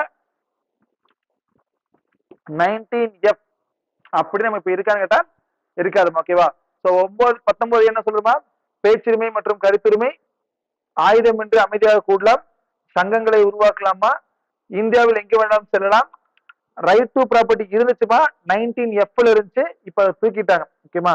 Then comes 19 G. இது என்ன சொல்லுதுன்னா, ரெசிடென்ஸ் இருப்பிடம். நீங்க இந்தியாவில் சென்று எங்க வேணாலும் யூ கேன் ரெசிட்மா, residence. Then finally profession.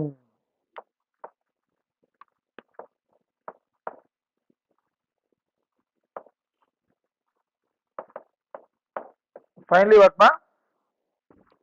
Profession, தொழில். சோ எங்க என்ன பண்ணலாம்? போலாம், தொழில் செய்யலாம். ஓகே, சோ கிளியரா போட்டுருங்க. பேச்சுரிமை கருத்துரிமை A B C D F இருக்காங்க, F கிடையாதுமா. ஸ்ட்ரைட்டா வருவா ஜியோ H மட்டும் தான். ஓகேவா? So speech and expression, assemble அசோசியேஷன்மா, மூவ்மெண்ட்.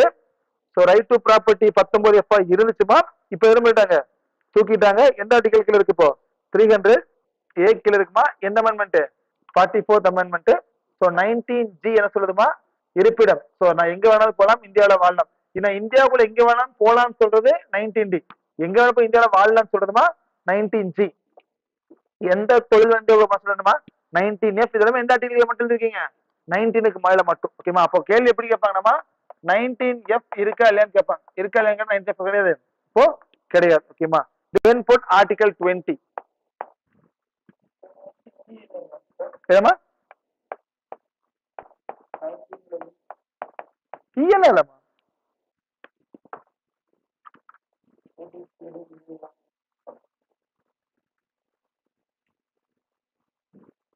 ஒரே ஒரு சொல்லுங்க.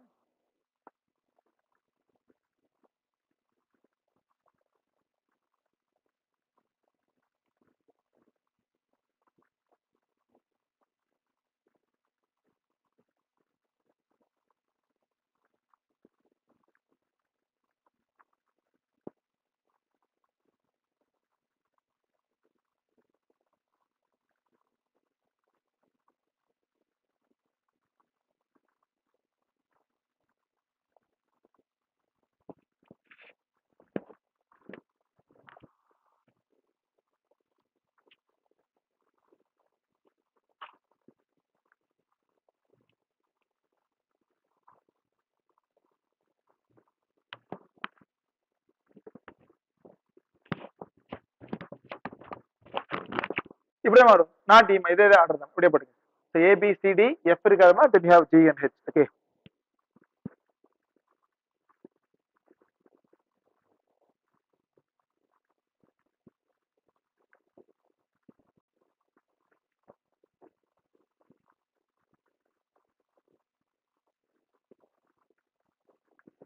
Now next put ma article 20.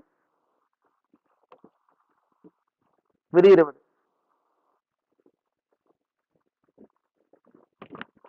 Protection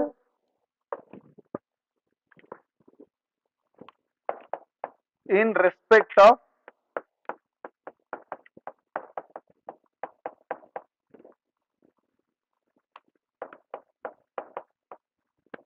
conviction for offences.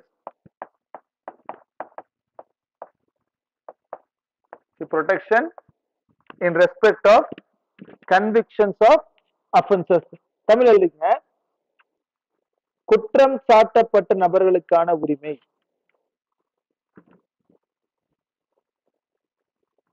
குற்றம் சாட்ட நபர்களுக்கான உரிமை மற்றும் தண்டனைகளிலிருந்து பாதுகாப்பு பெறும் உரிமை. மற்றும் தண்டனைகளிலிருந்து பாதுகாப்பு பெறும் உரிமை. குற்றம் சாட்டப்பட்ட நபர்களுக்கான உரிமை மற்றும் தண்டனைகளிலிருந்து பாதுகாப்பு பெறும் உரிமை. இதுதான் ஆர்டிகல் 20. ஓகேவா? இதுல ஒரு 3 வேர்டு மட்டும் பயன்படுத்துவாங்கம்மா, ரொம்ப முக்கியமான வார்த்தை. ஃபர்ஸ்ட் என்ன சொல்லுவாங்கன்னா, நோ எக்ஸ்போஸ் ஃபேக்டோலா அப்படின்னு சொல்லுவாங்க.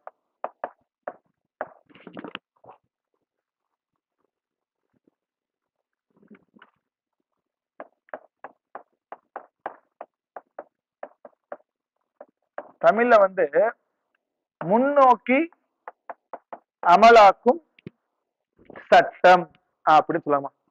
என்ன சொல்லுவாங்க? முன்னோக்கி அமலாக்கும் சட்டம். நெக்ஸ்ட் என்னன்னா, நோ டபுள் ஜியோபார்டி, இரட்டை குற்றம் அப்படின்னு சொல்லுவாங்க.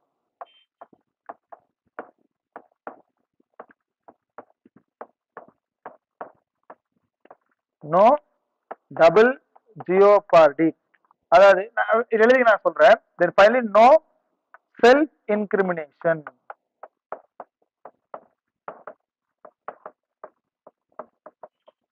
ஓகேவா? இப்ப இந்த 3 வேர்டு தான். ஒண்ணு வந்து நோ எக்ஸ்போஸ்ட் ஃபேக்டோலா, நெக்ஸ்ட் என்ன சொல்றாங்கம்மா, நோ டபுள் ஜியோபார்டி, தேர்ட் என்ன சொல்றாங்கம்மா, நோ செல்ஃப் இன்கிரிமினேஷன். இது எப்படின்னா, இப்ப ஃபர்ஸ்ட் நம்ம எடுத்து முன்னோக்கி அமலாக்கும் சட்டம் அப்படின்னா ஒண்ணுமே இல்லை. ஒரு குற்றம் வந்து நடக்கிற போதுமா என்ன தண்டனை சட்டத்துல இருக்குதோ அந்த தண்டனை சட்டத்துல மட்டும்தான் நம்ம தண்டிக்க வேண்டுமே தவிர, அதற்கு மாறாக குற்றம் பின்போ இல்ல குற்றத்திற்கு முன்போ சட்டத்தை மாத்தினால் நீங்க மாத்த முடியாது. ஃபார் எக்ஸாம்பிள் ஒண்ணு இல்ல, இன்னைக்கு நான் ஒரு குற்றம் பண்றேன், இன்னைக்கு நான் ஒரு கொலை பண்ணேன்னா 10 வருஷம் தண்டனை. ஓகேமா? அப்ப இன்னைக்கு என்ன அரெஸ்ட் பண்ணாங்கன்னா எனக்கு 10 இயர்ஸ் தண்டனை. இப்ப குற்றம் பண்ற 10 தண்டனையா இருக்கு. ஆனா நாளைக்கு ஒருத்தர் குற்றம் பண்றாருமா, தண்டனையை மாத்திடுறாங்க, அவருக்கு 5 வருஷமா தான் இருக்கு. இதான் பாயிண்ட், ரைட்? அப்பொழுது அவர் குற்றம் பண்றப்ப என்ன தண்டனை இருக்கோ அந்த தண்டனை மட்டும் தான் அரெஸ்ட் பண்ண முடியுமே தவிரமா, குற்றம் பண்றதுக்கு முன்னாடி இந்த தண்டனை நம்ம ஆட் பண்ண முடியாது, குற்றம் பண்றதுக்கு அப்புறம் பின்னாடி வரப்போற சட்டத்தை ஆட் பண்ண முடியாது. அதுதான் முன்னோக்கி அமலாக்கும் சட்டம் அப்படி சொல்லுவாங்க. டபுள் ஜி அப்படின்னா உங்களுக்கே தெரியும். ஒருத்தருக்கு வந்து ஒரு தண்டனை வந்துமா, ஒரு டைம் ஒருத்தர் குற்றம் பண்ணிட்டாருன்னா ஒரு டைம் அந்த குற்ற தண்டனை தரலாமா, இல்ல எவ்வளவு டைம் ஆனாலும் அந்த குற்ற தண்டனை தரலாமா?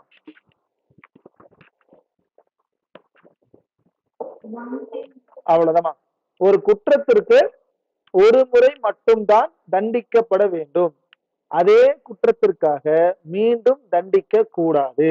இப்ப நான் தப்பு பண்றேன், எனக்கு 10 வருஷம் ஜெயில் தண்டனை கொடுத்துட்டாங்க, நான் 10 வருஷம் ஜெயில் தண்டனை முடிஞ்சு வெளியே வந்துட்டாமா, அதுல குற்றம் முடிஞ்சு. மறுபடியும் அதே குற்றத்திற்கு என்ன போய் 10 இயர்ஸ் இருக்க சொன்னா இருக்க முடியாது. அதுதான் நோ டபுள் ஜியோபார்டி. சோ ஒரு முறை ஒரு குற்றம் செய்தால் அந்த குற்றத்திற்கு ஒரு முறை மட்டும் தண்டனைமா, அதே குற்றத்திற்காக மீண்டும் தண்டிக்க கூடாது. கடைசியா நோ செல்ஃப் இன்கிரிமினேஷன். இது ஒண்ணுமே இல்ல, நீங்க தப்பே பண்ணல, தப்பே பண்ணாது உங்களை தப்பு பண்ணுங்கன்னு சொல்லி அடிச்சு ஒத்துக்க வைக்கிறாங்களா, அது தப்பா தப்பு இல்லையாமா? அவரையே அவருக்கு எதிராக சாட்சியம் கூற கட்டாயப்படுத்துறாங்களா? நீ தப்பு பண்ணிருக்க மாட்டீங்க, இருந்தாலும் நம்மளை கட்டாயப்பட்டு ஒத்து வைக்கிறாங்கல்ல, அது தப்பா தப்பு இல்லையா?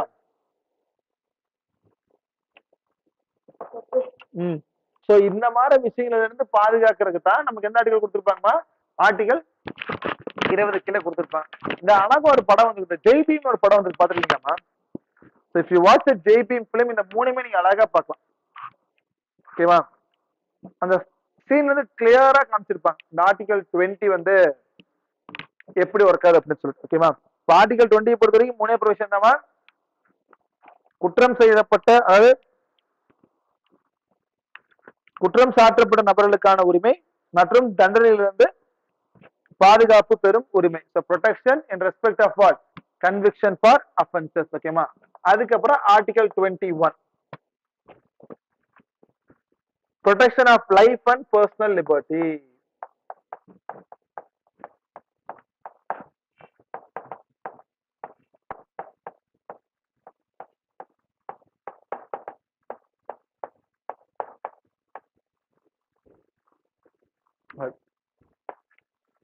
Protection of life and what, ma? Personal liberty, தனி நபர் உரிமை அப்படின்னு சொல்லுவாங்க. ஓகேமா? சோ உயிர் மற்றும் தனி நபர் உரிமை, இது பர்சனல் லிபர்ட்டி. ரொம்ப சிம்பிளஸ்டான ஆர்டிகல் தான் ஆர்டிகல் 21. ஓகே, தென் ஆர்டிகல் 21லயே ஏமா, இது ரொம்ப முக்கியம்.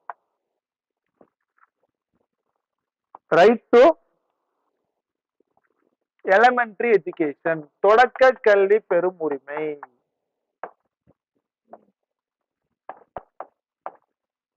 ரைட் டு எலிமெண்டரி எஜுகேஷன் மா, தொடக்க கல்வி. என்ன கல்விமா? தொடக்க கல்வி பெறும் உரிமை. அதத்தான் right to what education, elementary education அப்படின்னு சொல்லுவாங்க. ஓகேமா? இந்த விதி 21A நமக்கு ஆட் பண்ண சட்டத்தில் 86 amendment act 2002. 86 Amendment Act of which year ma? 2002.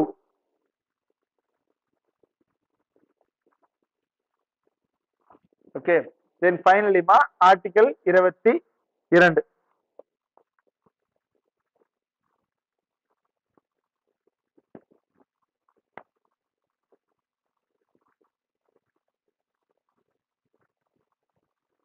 Article 22. So இது என்ன சொல்லுதுன்னா, சில வழக்குகளில் தடுப்பு காவல் வைத்திருப்பதற்கான பாதுகாப்பு உரிமை, தடுப்பு காவல் வைத்திருப்பதற்கான பாதுகாப்பு உரிமை. So protection against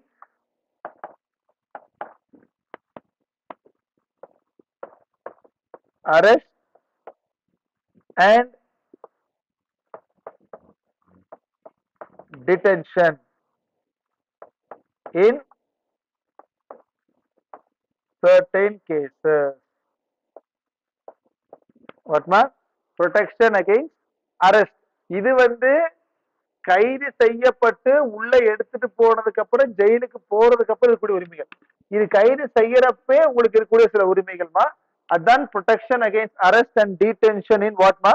certain cases. அதனால சில வழக்குகளில் கைது செய்து தடுப்பு காவலில் வைத்திருப்பதற்கான பாதுகாப்பு உரிமை அப்படின்னு சொல்லுவாங்க. ஓகேவா? இப்போ சிம்பிளா ஒரு கேள்வி கேட்போம். இப்ப நீங்க குற்றவாளி என்று சொல்லி கைது செய்யப்பட்டால்மா எவ்வளவு மணி நேரத்துக்குள்ள நம்ம நீதித்துறை முன்னாடி உங்களை சமர்ப்பிக்கணும்? ஜெனரலா கெஸ் பண்ணுங்க. Arrested before how many hours I have to produce? Very good ma. அப்ப 24 மணி நேரத்துக்குள்ளமா நான் உங்களை கோர்ட்ல ப்ரொடியூஸ் பண்ணணும். ஓகே, அதே மாதிரி உங்களை கைது செய்து அப்படின்னாமா உங்களுக்காக வக்கீல் எடுப்பதற்கு உங்களுக்கு உரிமை இருக்கா இல்லையாமா? இருக்கு. அந்த மாதிரி இருக்கக்கூடிய சில விஷயங்களை பத்தி சொல்றதாமா ஆர்டிகல் 22 சொல்லியிருப்பாங்க. கேஸ் அதனாலதான் சில வழக்குகள் மட்டும் தான், எல்லா கேஸும் போடாம இதுவே ஒரு டைம் கேள்வியை கேட்பாங்கம்மா, is it applicable for all the case கேட்பாங்க.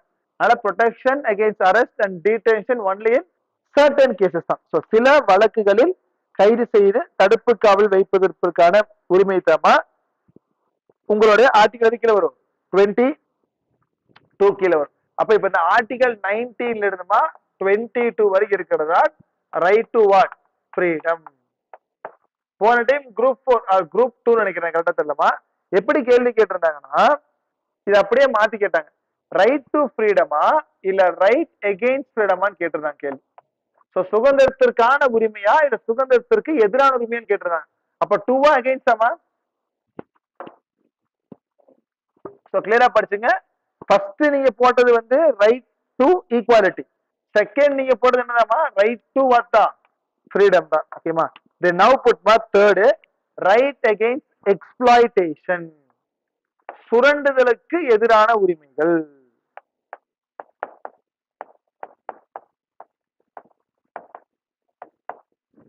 Right against exploitation,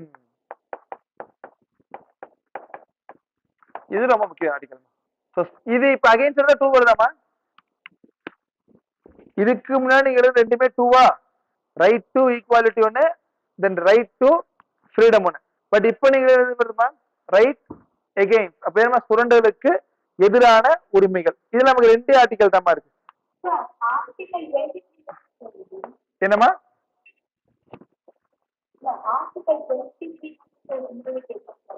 ஆமாமா 23, 24 அதான் நம்ம எழுத போறோம். இப்போ 14 to 8 எழுதிருப்பீங்க ரைட் டு ஈக்குவாலிட்டியாமா, 19 to 22 ரைட் டு ஃப்ரீடமா. இப்போ அடுத்து 23, 24 தான் உங்களோட சுரண்டலுக்கு எதிரான உரிமை. இப்போ அதுல 23 போட்டுங்க.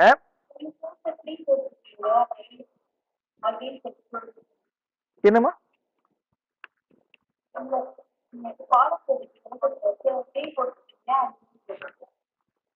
இதுவாமா?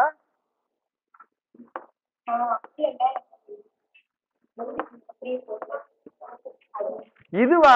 இந்த 3 எப்படின்னா இப்ப ஒவ்வொன்னா போட்டு வரீங்கல்ல, ரைட் டு ஈக்குவாலிட்டி அது ஃபர்ஸ்ட், ரைட் டு ஃப்ரீடம் அது செகண்ட், இது ரைட் டு அகைன்ஸ்ட் எக்ஸ்பர்ட். அப்படி அந்த ஆர்டர் அந்த மூணாவது ஆர்டர்மா 2024 போட்டு புரிஞ்சு. 23 போட்டுக்கோங்க. ஆர்டிகல் 23. ஓகே. இப்போ ஜென்ரலா ஒரு கேள்வி கேட்போம். ஒரு ஆண்களையோ இல்ல குழந்தைகளையோ இல்ல பெண்களையோ கடத்துறது தப்பா தப்பு இல்லையாமா? தப்புதான். கடத்தினவங்களை இந்த பெக்கர், இந்த பிச்சை எடுக்க வைக்கிறது, அதுக்கப்புறமா வேற நாட்டுக்கு அனுப்பிச்சு விடுறது, அவங்கள இந்த மாதிரி பண்றதெல்லாம் தப்பா தப்பு இல்லையாமா? ஓகேவா? அந்த மாதிரி எதுவும் பண்ணக்கூடாது இல்லம்மா. தேவதாசி மூலை இந்தியாவில இருக்கா இல்லையாமா இன்னும்? இப்ப இல்லையாமா? அப்போ இந்த என்ன சொல்லுவாங்கன்னா ப்ரொஹிபிஷன் ஆஃப் இந்த குழந்தைகளை கடத்துறது, இந்த கட்டாய வேலைக்கு அனுப்புறது, இந்த சம்பளமே கொடுக்காம வேலையை வாங்குறது, இந்த மாதிரி விஷயங்களுக்கு எதிராக இருக்கக்கூடிய உரிமைகள் தான் article 23, which means prohibition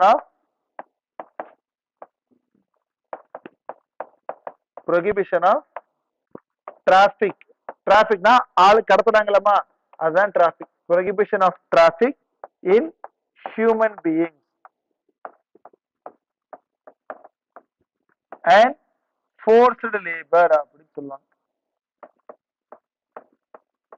வாட்மா? And forced labor. Tamil எழுதிங்க.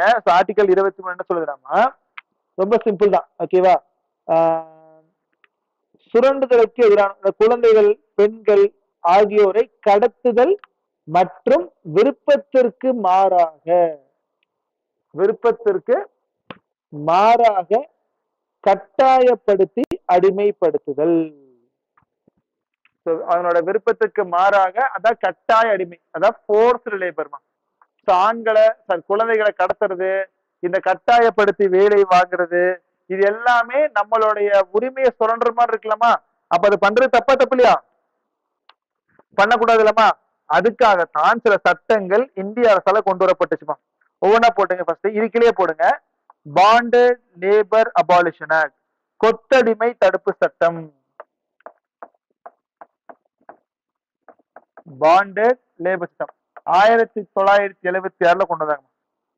இந்த வருஷம் 1977 சட்டமா கொத்தடிமை தடுப்பு சட்டம், பாண்டட் லேபர் அபாலிஷன் சிஸ்டம் அப்படின்னு சொல்லுவாங்க. ஓகேமா? தென் செகண்ட் ஆக்ட் என்னமா?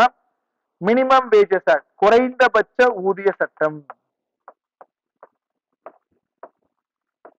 குறைந்தபட்ச ஊதிய சட்டம் 1948 இதை கொண்டு வர குறைந்தபட்ச ஊதிய சட்டம்.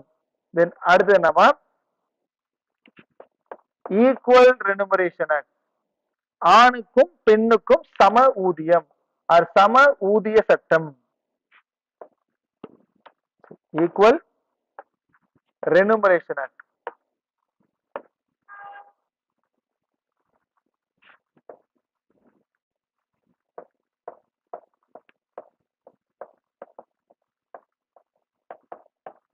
ஆயிரத்தி 1976.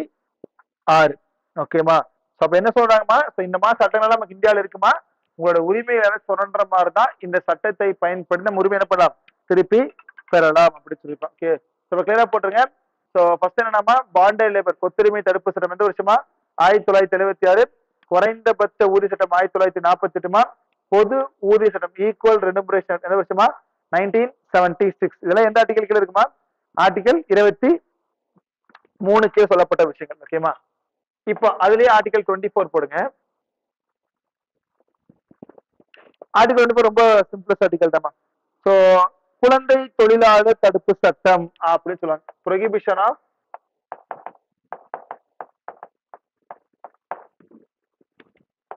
Employment of children in factory.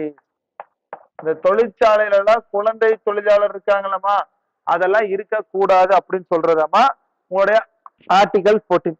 நீ சிம்பிளா கெஸ் பண்ணுங்களேன், எந்த வயசுக்குள்ள இருக்கக்கூடிய குழந்தைகள்மா வந்து நம்ம குழந்தை தொழிலாளர் அப்படின்னு சொல்லுவோம்?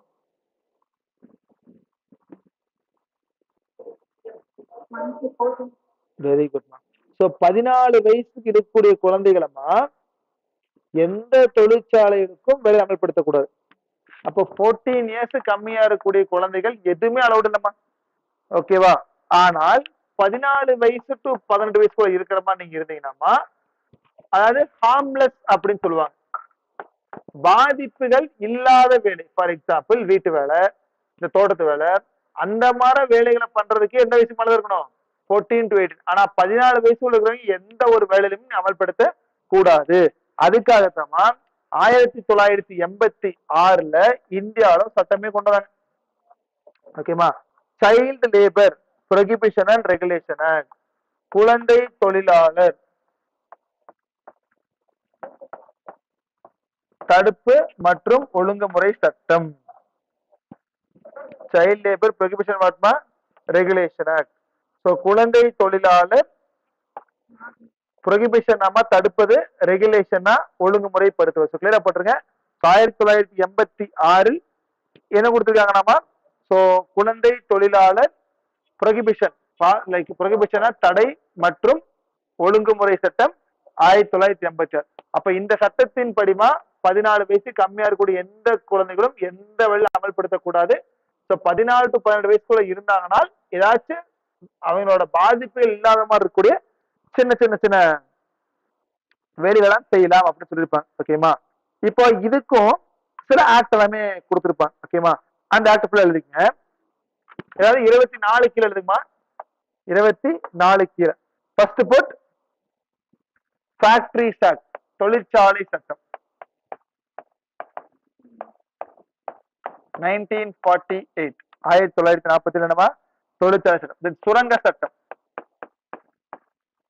Mines act 1952. தென் தோட்ட தொழிலாளர் சட்டம் பிளான்டேஷன் ஆக்ட்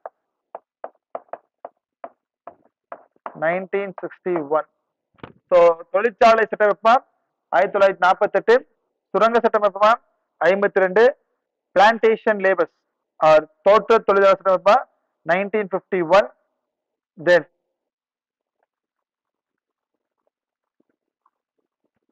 பீடி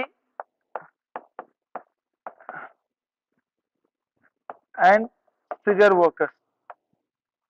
பீடி மற்றும் இந்த பீடி தொழிற்சாலை செய்வாங்களா 1966.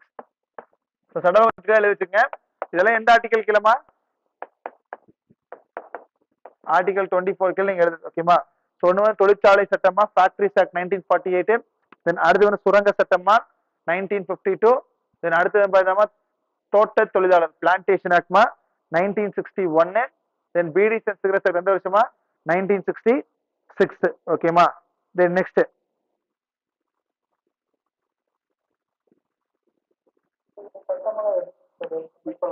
இதெல்லாம் ஒண்ணு இல்லம்மா. இப்போ தொழிற்சாலை சட்டம் என்னன்னா 14 வயசுக்குள்ள குழந்தைங்க வேலைக்கு எடுக்க கூடாது. மைன்ஸ் ஆக்ட் அதே மாதிரி எவ்வளவு வயசுக்குள்ள இருக்கக்கூடாது. இது எல்லாமே தொழிற்சாலை இருக்கக்கூடிய சட்டங்கள் தான். ஓகேவா? இப்ப தோட்ட தொழிலா இருக்கட்டும், இல்ல சுரங்க தொழிலா இருக்கட்டும், தொழிற்சாலை சட்டமா இருக்கட்டும், இந்த பீடி சிகரெட் ஒர்க்கர்ஸ் ஆகட்டும், இந்த மாதிரி தொழிற்சாலைகள் எல்லாமே எந்த வயசுல கண்டிப்பா இருக்கக்கூடாது? 14 இயர்ஸ்ல கண்டிப்பா இருக்கக்கூடாது. ஏன்னா இதெல்லாம் பாதிப்பு இருக்கிறத மாதிரி பாதிப்பு இல்லாததான்,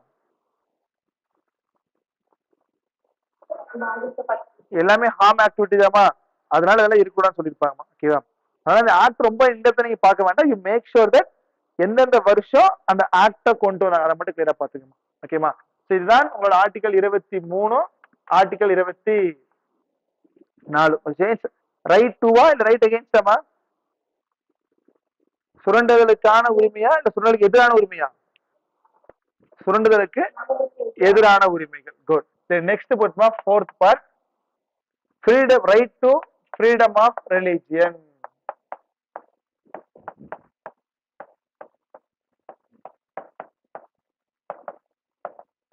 இது ரைட் டுவா ரைட் அகேன்ஸ்டா?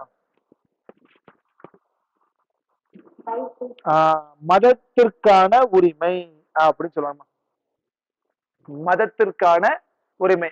அப்ப ஆர்டிகல் 24 ஆரம்பிச்சுமா ஆர்டிகல் 28 வரைக்கும் போகுமா? சோ விதி 24 இருந்து விதி 28 வரைக்கும் போகும். ரொம்ப சிம்பிளஸ்ட் விதிகள் தான். ஃபர்ஸ்ட் புட் விதி 24. இந்தியா வந்து ஒரு மதச்சார்பற்ற நாடா இல்லையாமா?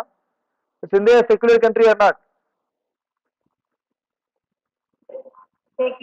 அதனாலமா ஆர்டிகல் என்ன சொல்லிப்பானாமா, மனசாட்சிக்கு உட்பட்டு இந்தியா குடிமகனாக இருக்கக்கூடிய நீங்கள் இந்தியாவில் யாரு வாழ்ந்தாலும் எந்த மதத்தை வேண்டுமானாலும் வணங்கலாம், எந்த மதத்தை வேண்டாலும் வழிபடலாம், எந்த மதத்தை வேணும் பரப்பலாம் அப்படின்னு சொன்ன article Dhama article 24, which means freedom of 25. Correct. 25. Good. Article 25. So freedom of conscience,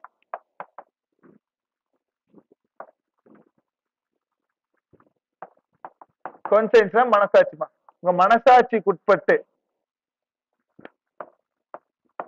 and free profession, நீங்கள் எந்த மதத்தை வேணாலும் வணங்கலாம், பிராக்டிஸ் பின்பற்றலாம், then finally பரப்பலாம், propagate.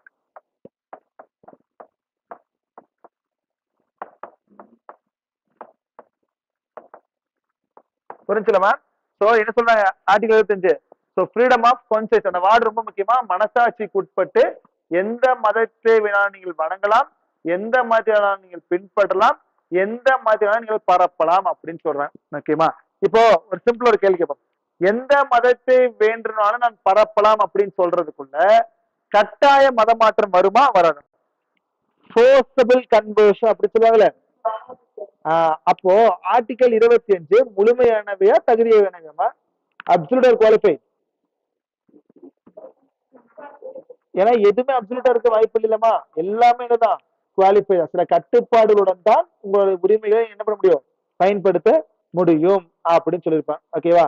ஓகே, இப்போ ஒரு கேள்வி கேட்போம். இந்த ஓகே, இந்த சீக்கிய மக்கள் ஃபுல்லா பாத்திருக்கீங்களாமா? இந்த சீக்கிய மக்கள் ஃபுல்லா இந்த கிர்பான்ஸ், தலையில வந்து கிர்பான்ஸ் கட்டுவாங்க, கத்தி எப்பவுமே பயன்படுத்திட்டே இருப்பாங்கம்மா. கிர்பான்ஸ் கத்தி எல்லாம் பயன்படுத்திட்டே இருப்பாங்க. இப்ப அவங்க பயன்படுத்துறது வந்துமா மதச்சார்பற்ற நாடுன்னு காட்டுதாமா இல்ல மதம் சார்ந்த நாடுன்னு காட்டுதான்? ஏன்னா சீக்கியர்கள் வந்து கிருப்பான் நீங்க பாத்திருக்கீங்களா?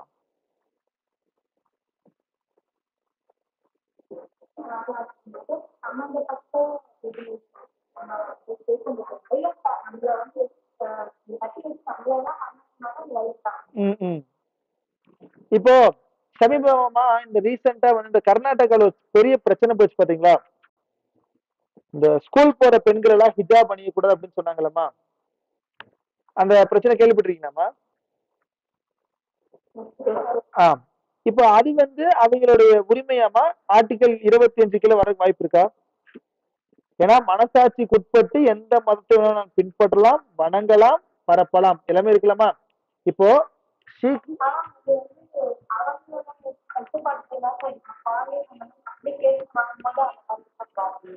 ஆனா அந்த இடத்துல சீக்கிய மக்களும் பயன்படுத்துறாங்களாமா. இப்ப ஒண்ணு இல்ல, ஸ்கூலுக்குள்ள போற மாதிரி இருந்தா இப்ப எல்லாருக்கும் யூனிஃபார்ம்னா எல்லாரும் யூனிஃபார்ம் போட்டுக்கணும், கரெக்ட் தானே?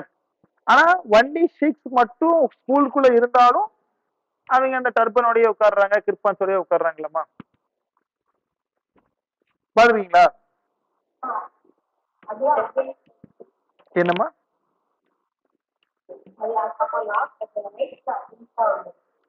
அதனாலதான்மா ஆர்டிகல் 25 இருக்கலாமா, இதுல 2 எக்ஸெப்ஷன் மட்டும் கொடுத்திருப்பாங்க. என்னமா? 2 எக்ஸெப்ஷன். அந்த ஷீக்ஸ் இருக்காங்கல்ல, அந்த சீக்கிய மக்கள் தாராளமா பயன்படுத்திதான் அப்படின்னு சொல்லிட்டுமா நமக்கு இந்தியா அரசியலமைப்பிலேயே கொடுத்துட்டாங்கம்மா.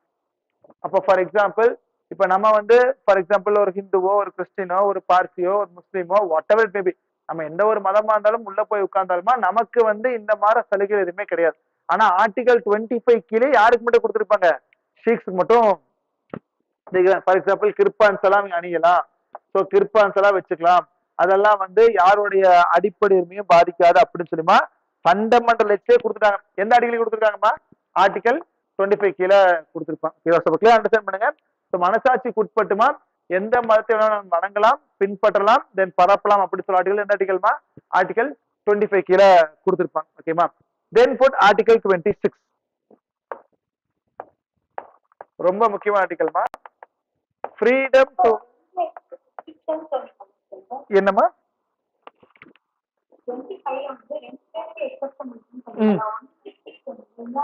இது எப்படினாமா ஒன்னு ஷீக்ஸ் அப்படின்னு சொல்றோம்ல, இதுல எப்படின்னா இந்த இடத்துல ஷீக்ஸ் அப்படிங்கிற குரூப்குள்ளேயே 3 குரூப் வந்துருவாங்க. ஹிந்துஸ் வந்துருவாங்க, ஜெயின்ஸ் வந்துருவாங்க, புத்திஸ்ட் வந்துருவாங்க. இவங்க எல்லாத்தையுமே எக்ஸெப்ஷன் கொடுத்துருப்பாங்க. For example article 25 contains 2 explanation. ஒன்னு என்னன்னா wearing and carrying of kirpans is to be included in the profession of Sikh religion. So சீக்கிய அப்படிங்கிற மதத்தோடைய அந்த ப்ரொஃபஷன்ல கிர்பான் அணிவதும் ஒரு வகையான கலாச்சாரம் தான். இதுல ஹிந்துஸ் அப்படிங்கிற மக்களுக்குள்ள சீக்கிய மக்களும், ஜெயின மக்களும், பௌத்த மக்களும் வந்துருவாங்க சொல்லியிருப்பாங்க. அப்போ இந்த ஷீக், புத்திஸ்ட் இந்த 3மே என்ன குரூப் தான்?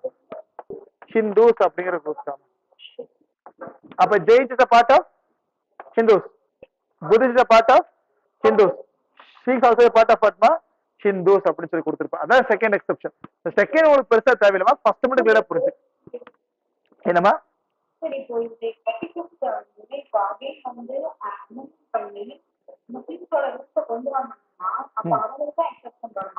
அப்படி பண்ணலாம். அதான் அது வந்து சட்ட திருத்தம் பண்ணி கொண்டு வரல தாராளமா. தாராளமா you can make.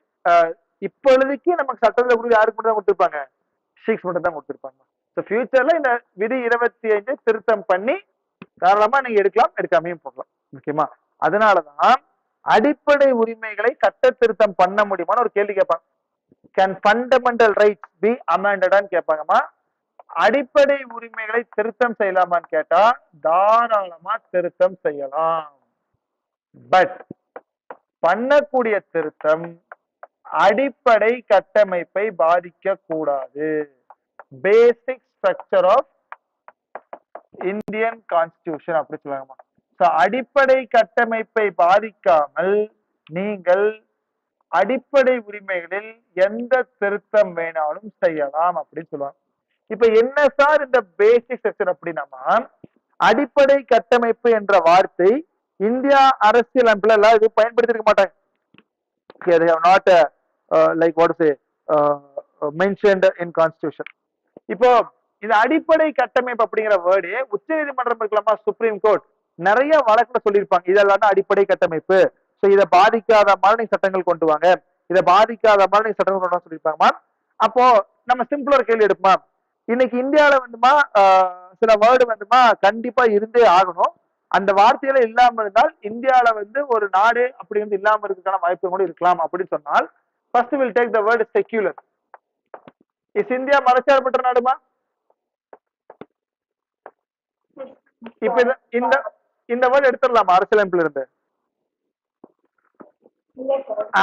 அப்ப இந்த வேர்டு கண்டிப்பா எதுக்குள்ள இருக்கும்?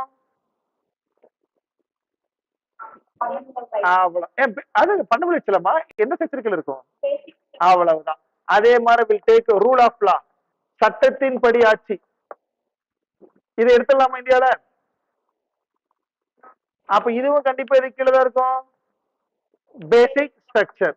அதே மாதிரி பார்லிமெண்ட் ஃபார்ம் ஆஃப் கவர்மெண்ட், பாராளுமன்ற வகையிலான அரசாங்கம், இதை தூக்கிட்டு இனிமேல் பாராளுமன்றம் எல்லாம் கிடையாது, நம்ம அந்த ராஜர் காலகட்டத்துல மாற மன்னர் ஃபேமிலி தான் அப்படி சொல்லி கொண்டு வர முடியுமா? முடியாது இல்லமா. அப்ப இந்த மாதிரி வார்த்தைகள், சில வார்த்தைகள் தான் எதுக்கில வரும்? அடிப்படை கட்டமைப்பு சொல்லக்கூடிய பேசிக் ஸ்ட்ரக்சர். ஆனா கிளியரா புரிஞ்சுக்கணுமா, இந்த அடிப்படை கட்டமைப்பு அப்படிங்கிறது it has not mentioned in அரசியலமைப்புல மென்ஷன் பண்ண கிடையாது. பல்வேறு வழக்குகளில் யாரும் சொல்லியிருப்பாங்க, உச்ச நீதிமன்றம் தான் சொல்லியிருப்பாங்க. அப்படி முதல்லமா அடிப்படை கட்டமைப்பை பாதிக்காமல் நீங்கள் சட்ட திருத்தம் செய்யலாம் அப்படின்னு சொன்ன கேஸ் தான் கேசவானந்தா பாரதி வழக்கு. எந்த வழக்குமா?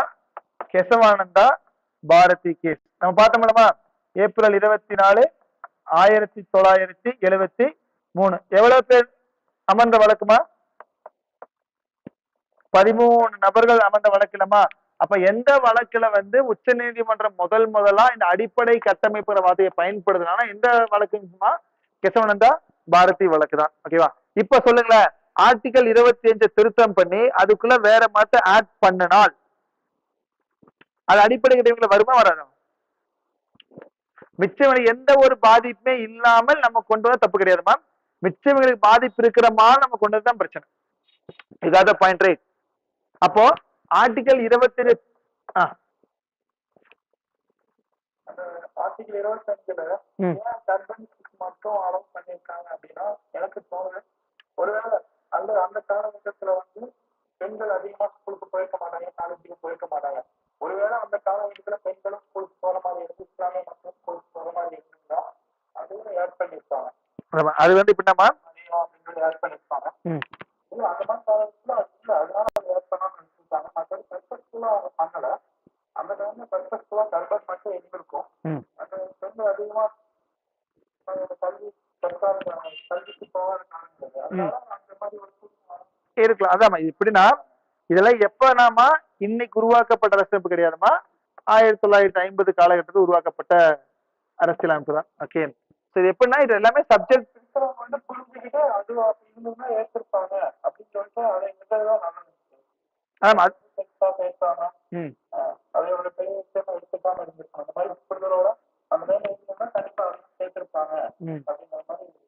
அதான் இப்ப எப்படின்னா அரசியலமைப்பை பொறுத்த வரைக்குமா it is subjected to wide interpretation அப்படின்னு சொல்லுவாங்க. ஓகேவா? சோ நம்ம பார்க்கக்கூடிய பார்வைகள் தான் நாங்க மேட்டர். ஓகே, இது இப்படிதான் சொல்ல வருது. ஃபார் எக்ஸாம்பிள் அன்னைக்கு சொன்ன பாத்தீங்கன்னா கான்ஸ்டிடியூஷன் அரசியல் அமைப்பு அப்படிங்கிற வார்த்தைக்கு டெபினிஷனே கிடையாது. there is no proper definition. நம்ம எழுதக்கூடிய டெபினிஷன் தான். Okay, subjected to wide interpretation தான். ஒரு ஆர்டிகல் எடுத்து நீங்க படிச்சீங்க அப்படின்னா இந்த ஆர்டிகல் இதுதான் சொல்ல வருதா அப்படிங்கிறதுக்கே நமக்கு நிறைய ப்ரூஃப் இருக்கும், எக்கச்சக்கமான ப்ரூஃப் இருக்கும். உங்களுக்கு சிம்பிள் எடுத்துக்காட்டு சொல்லுவோம். இப்ப திருக்குறள் இருக்கலாமா, வள்ளுவர் குறளுக்கு உரை எழுதியிருக்காராமா? திருவள்ளுவர் ரோட் எக்ஸ்பிளனேஷன் ஃபார் திருக்குறள்மா? நோ. அப்ப யாருமா எக்ஸ்பிளனேஷன் எழுதியிருக்காங்க? யாரும் உரை எழுதியிருப்பாங்க? நிறைய பேர் உரை எழுதியிருப்பாங்களா? அப்போ ஒருத்தரோட உரை மாதிரி எல்லாமே இருக்குமா, இல்ல ஒவ்வொரு உரையும் ஒவ்வொரு மாதிரி இருக்குமா? அவ்வளவுதான். அது தம இன்டர்பிரேஷன் அப்படின்னு சொல்லுவாங்க. ஓகேவா? இப்போ இன்னும் சிம்பிள் கம்பராமாயணம் எடுப்போம். பூர்வ கம்பராமாயணம் கம்பர். அப்ப கம்பராமாயணத்தை பத்தி யார் சொன்னா மட்டும்தான் கரெக்டா இருக்கும். ஆனா இப்ப கம்பர் இருக்காரா நமக்கு? இல்லையாமா? அப்ப கம்பர் சொன்னதா ஒரு சொல்றதானே எடுக்கிறாங்க. அதுதான் இன்டர்பிரேஷன் அப்படின்னு சொல்லுவாங்க. அப்ப இன்டர்பிரேஷன் ஒண்ணுமே இல்லாம என்ன சொல்ல வருது அப்படின்னு சொல்லக்கூடிய விஷயங்களை அவங்க புரிஞ்சுக்கிட்டு நமக்கு சட்டமா மாத்தி கொடுத்துருக்காங்க. அவ்வளவுதான். அப்ப இந்த அரசியலமைப்பு உருவாக்கும் பொழுது வார்த்தைகள் ஃபுல்லா போட்டிருப்பாங்கல்ல, ஒவ்வொரு வார்த்தைக்கும் ஒவ்வொரு அர்த்தம் இருக்கு. ஓகேவா? அப்ப இதுதான் அரசியலமைப்பு சொல்ல வருகிறதா என்று we can't able to like shorten this thing. அதனாலதான் இது subject to what interpretation, wide interpretation அப்படின்னு சொல்லுவாங்க. முக்கியமா இந்த இடத்துல வந்து மிச்ச குரூப் ஆட் பண்ணலாமா வேண்டாமா இது எல்லாமே நம்ம காமன் பண்ணா யோசிக்க முடியாதுமா. ஏன்னா அதனால தெளிவா சொல்லிட்டாங்க, சட்ட திருத்தம் பண்ணலாமானா தாராளம் சட்ட திருத்தம் பண்ணலாம். பட் பண்ணக்கூடிய சட்ட திருத்தம் எதை பாதிக்கக்கூடாது? இந்த பேசிக் ஸ்ட்ரக்சர் அடிப்படை கட்டமைப்பை பாதிக்க கூடாது. அடிப்படை கட்டமைப்பு என்ற வார்த்தை அரசியலமைப்புல குறிப்பிடப்படவில்லைமா, பல்வேறு வகையான உச்ச நீதிமன்ற வழக்குல தான் ஒவ்வொரு வார்த்தையா கொடுத்திருப்பாங்க. அப்படி முதல்ல இந்த அடிப்படை கட்டமைப்புங்கிற வார்த்தையை நம்ம கொடுத்த கேஸ் என்ன கேஸ்னா கேசவானந்தா பாரதி கேஸ். எவ்வளவு பேர் உட்கார்ந்து அமர்வுமா? 13 பேர் உட்கார்ந்த அமர்வாத்தான் இருக்கும். இது வரைக்குமே அதிக ஜட்ஜஸ் அதிக பெஞ்ச் உட்கார்ந்த கேஸ் இந்த கேஸ் தான் இருக்கும். ஓகேவா? வந்து இதுதான் கான்ஸ்டிடியூஷன் இதுதான் அப்படின்னு பிக்ஸ் பண்ண வேண்டாம். பட் நம்ம எக்ஸாம் பாயிண்ட் ஆஃப் வியூல என்ன படிக்கிறோமோ அதை மட்டும் நம்ம படிச்சுக்கலாம். ஓகேவா? ஓகே, சரி ஒரு வேலை பண்ணுங்க. So we'll hold on this marks. Article 25 பார்த்துட்டு வாங்க. ஸோ ரைட் ஃப்ரம் உங்களோட ஆர்டிகல் 5ல இருந்து 11 வரைக்கும் ஒரு டைம், அதே மாதிரி 12 இருந்து ஸோ 25 வரைக்கும் பார்த்துட்டு வாங்கம்மா. ஓகேவா? ஸோ தென் வில் சி மா, வில் கேட்ச் அப் டுமாரோ. ஓகேவா? எனி டவுட்ஸ் மா சோ ஃபார்? ஓகேமா. So just go through once மா, ஃபுல்லாக ரிவைஸ் பண்ணிட்டு வாங்க. நாளைக்கு வில் சி யுவர் ஆர்டிகல் 26. தேங்க்யூமா, தேங்க்யூ.